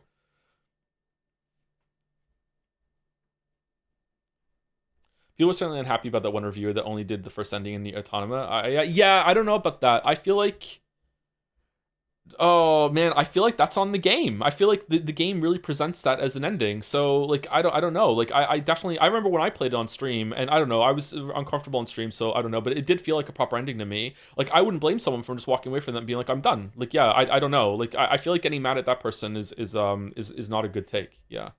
But I also think that when IGN reviewed that Pokemon game and said too much water, I think that's legit criticism. Like when you're playing a Pokemon game, like you're constantly under attack from wild Pokemon when you're in the water. So saying there's too much water in this game because you're having too many wild encounters, I think that's legitimate criticism for the Pokemon game. It just sounds really really funny.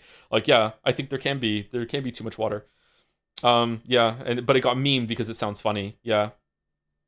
I don't know, big disagree. You disagree about the Nier Automata thing? I can't remember very clearly how it ends in Nier Automata, so like I'm not sure. Like maybe if I played it now, it'd be obvious that there's more to it. Yeah, I don't know.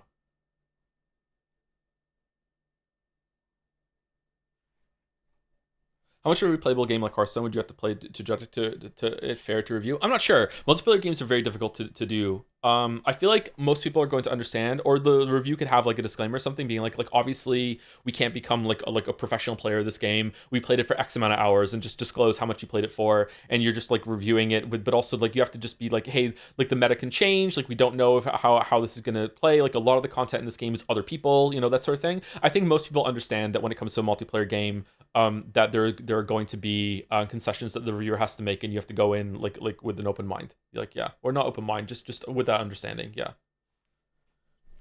Reviewed in patch XYZ. Yeah. Like, I feel like I haven't done that enough in some of my videos. I need to make it clear in some of the videos I'm playing it at this time on this patch or whatever, because it might be changed. Darkest Dungeon is a video that has gotten, and No Man's Sky are videos that have gotten comments being like, hey, like this isn't true. Like what are you talking about? It's like, well, no, it was patched in later. Same with Hollow Knight, with some of the bosses they added in later too. Yeah, I don't know. Do you want to watch the opening of the Shadow of the Erdtree video too to see if it's funnier than these two? I think it probably is, actually. These jokes go on for a little bit too long.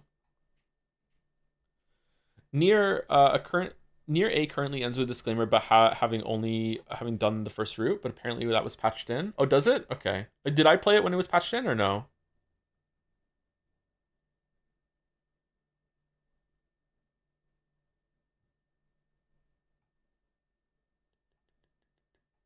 Oh, a bunch of subs came in during that. Sorry for not seeing it now. Thank you for the 40 gift subs, you old merchant. Why 40 though? Why could it possibly be 40? That's a lot of gift subs. Thank you so much. Thank you. They used to call me Mir for the 23 months as well. Happy birthday and happy looking forward to watching you stream in your 80s. Damn. 80-year-old streamer. Still playing Hunt Showdown somehow? Thank you so much. Thank you again, ye old merchant. Cool name too. Thank you, Zolas, for the 12 months, 1 year. The T-Rex Runner is such a banger video. I enjoyed watching it. Damn. I think I enjoyed the T-Rex Runner more than the Cuphead video. I'm always a little like uncomfortable with the Cuphead video because it was like joining in on the hate bandwagon on that guy a little bit, or presents that way, but it really wasn't meant to be. I think there's a comment that I pinned like right when it came out that was talking about that. Yeah, video game journalists can create great game content without playing games at all. Yeah, like there are different kinds of video game journalism. It's just this is about reviewers. Thank you, Darksleeve, for the 81 months with Game Feel spelt out. Thank you very much. And thank you, SkinP94, for the 19 months as well. I'd say the equivalent of being terrible at games, game reviewer is like a movie critic who doesn't understand cinema things like cinematography. You can still review if people shouldn't take you seriously as a critic. I don't think that's true. I think that games are unique in that games will stop you and ask you to be like, hey, do you understand what's going on at the moment? It's kind of like if a book had a questionnaire to make sure you understand what the themes and everything are like. Whereas I think this is a Dara O'Brien bit. I think Dara O'Brien has a stand-up bit about this. Whereas like games will stop and be like, hey, this boss is a skill check. Do you understand how this game works, right? Whereas movies don't do that. I feel like you don't have to have that deep of an understanding about a bunch of things in order to have a worthwhile opinion and a take, especially if it's like someone who's new to movies or new to games. I think someone who is new to video games could make a review about like Elden Ring or whatever, and this is like the first hardest game I've ever played. I think that has a lot of value. Like if they like, this was my struggle, this is what I learned, I had a lot of difficulty here and here. I think that has a shit ton of value. And I think the same can go for someone who isn't caught up in like, oh, here's all the cinematography techniques that they were using, everything like that. Instead, I'm just going to judge like what the experience was like as more of a layman, as the movie like washing over me, that sort of thing. I think that has value, yeah. But when it comes to like the why video games are exceptional is that if you're not good enough to finish them, you won't see the ending, you won't see all the content, so you can't really judge it. So I think that it does have value for sure. Yeah. I think there's still like taking you seriously as a critic. Like if you are a critic, yeah, you should probably have a deeper understanding. But as a reviewer, I feel like there's less of an onus on you there to really know like a lot of the techniques and terminology, right?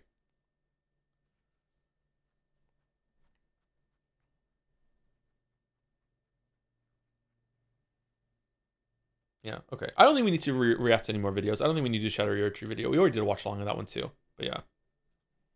I don't know if I could just do funny content. I wonder if I would get bored. I like taking opportunities to be funny within something that's doing something else instead. And just like organically coming. I think it's kind of like a cheat code for me, because if I had to sat down and like formulate jokes and bits and everything like that, that would be very, very difficult. But just going through the motions and then just taking them as they just like naturally come up, I think that's an easier way for me to handle comedy or being funny. 80% of chat did vote to keep watching videos or playing the game. Really? But then we won't finish it tomorrow. All right, Scrandle. All right, it's Friday Scran, then we'll take break. All right, for those who scran after, crab fries. Oh man, I don't really like seafood all that much, but I would try those crab fries. Those look pretty good. Sausage casserole buffet with unlimited beer. Okay, I mean, it has to be left, right? It has to be left. Left is gonna win. And I don't want to like dilute the pool and be like, oh shit, later on in life I'm going to like vote for the crab cakes, and then I realize that no, well, they won't be next to each other.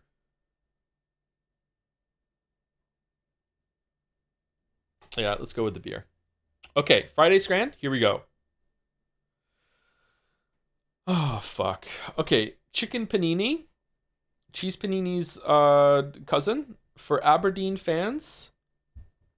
Why is it for Aberdeen fans for £6 versus 2 herrings? Are those even cooked with a bunch of onion?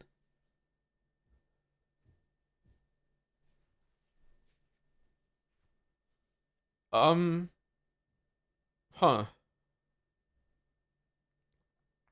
I'm confused. Why does it say for Aberdeen fans when we're in Greece? Was this poison for the Aberdeen fans that showed up, or what?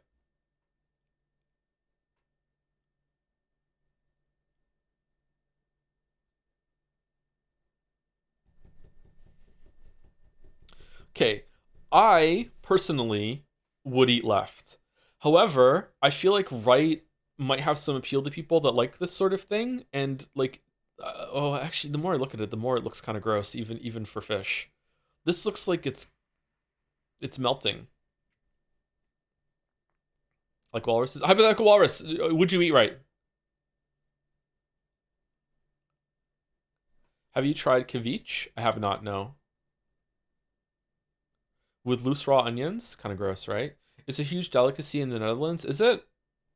Is this a good version of the delicacy or no?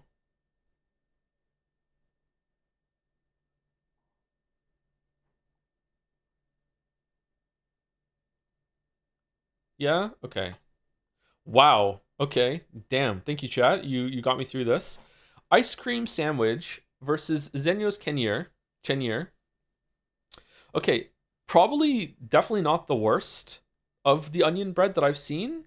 Left is the ice cream sandwich. I don't like mixing the bread with the ice cream, but like it's cheap. You get some ice cream, you can eat it. I'm going left. It was right. Okay. All right. Sorry, I forgot what day it is. I need to start going on the right now. Bovril, strong enough to melt the cutlery.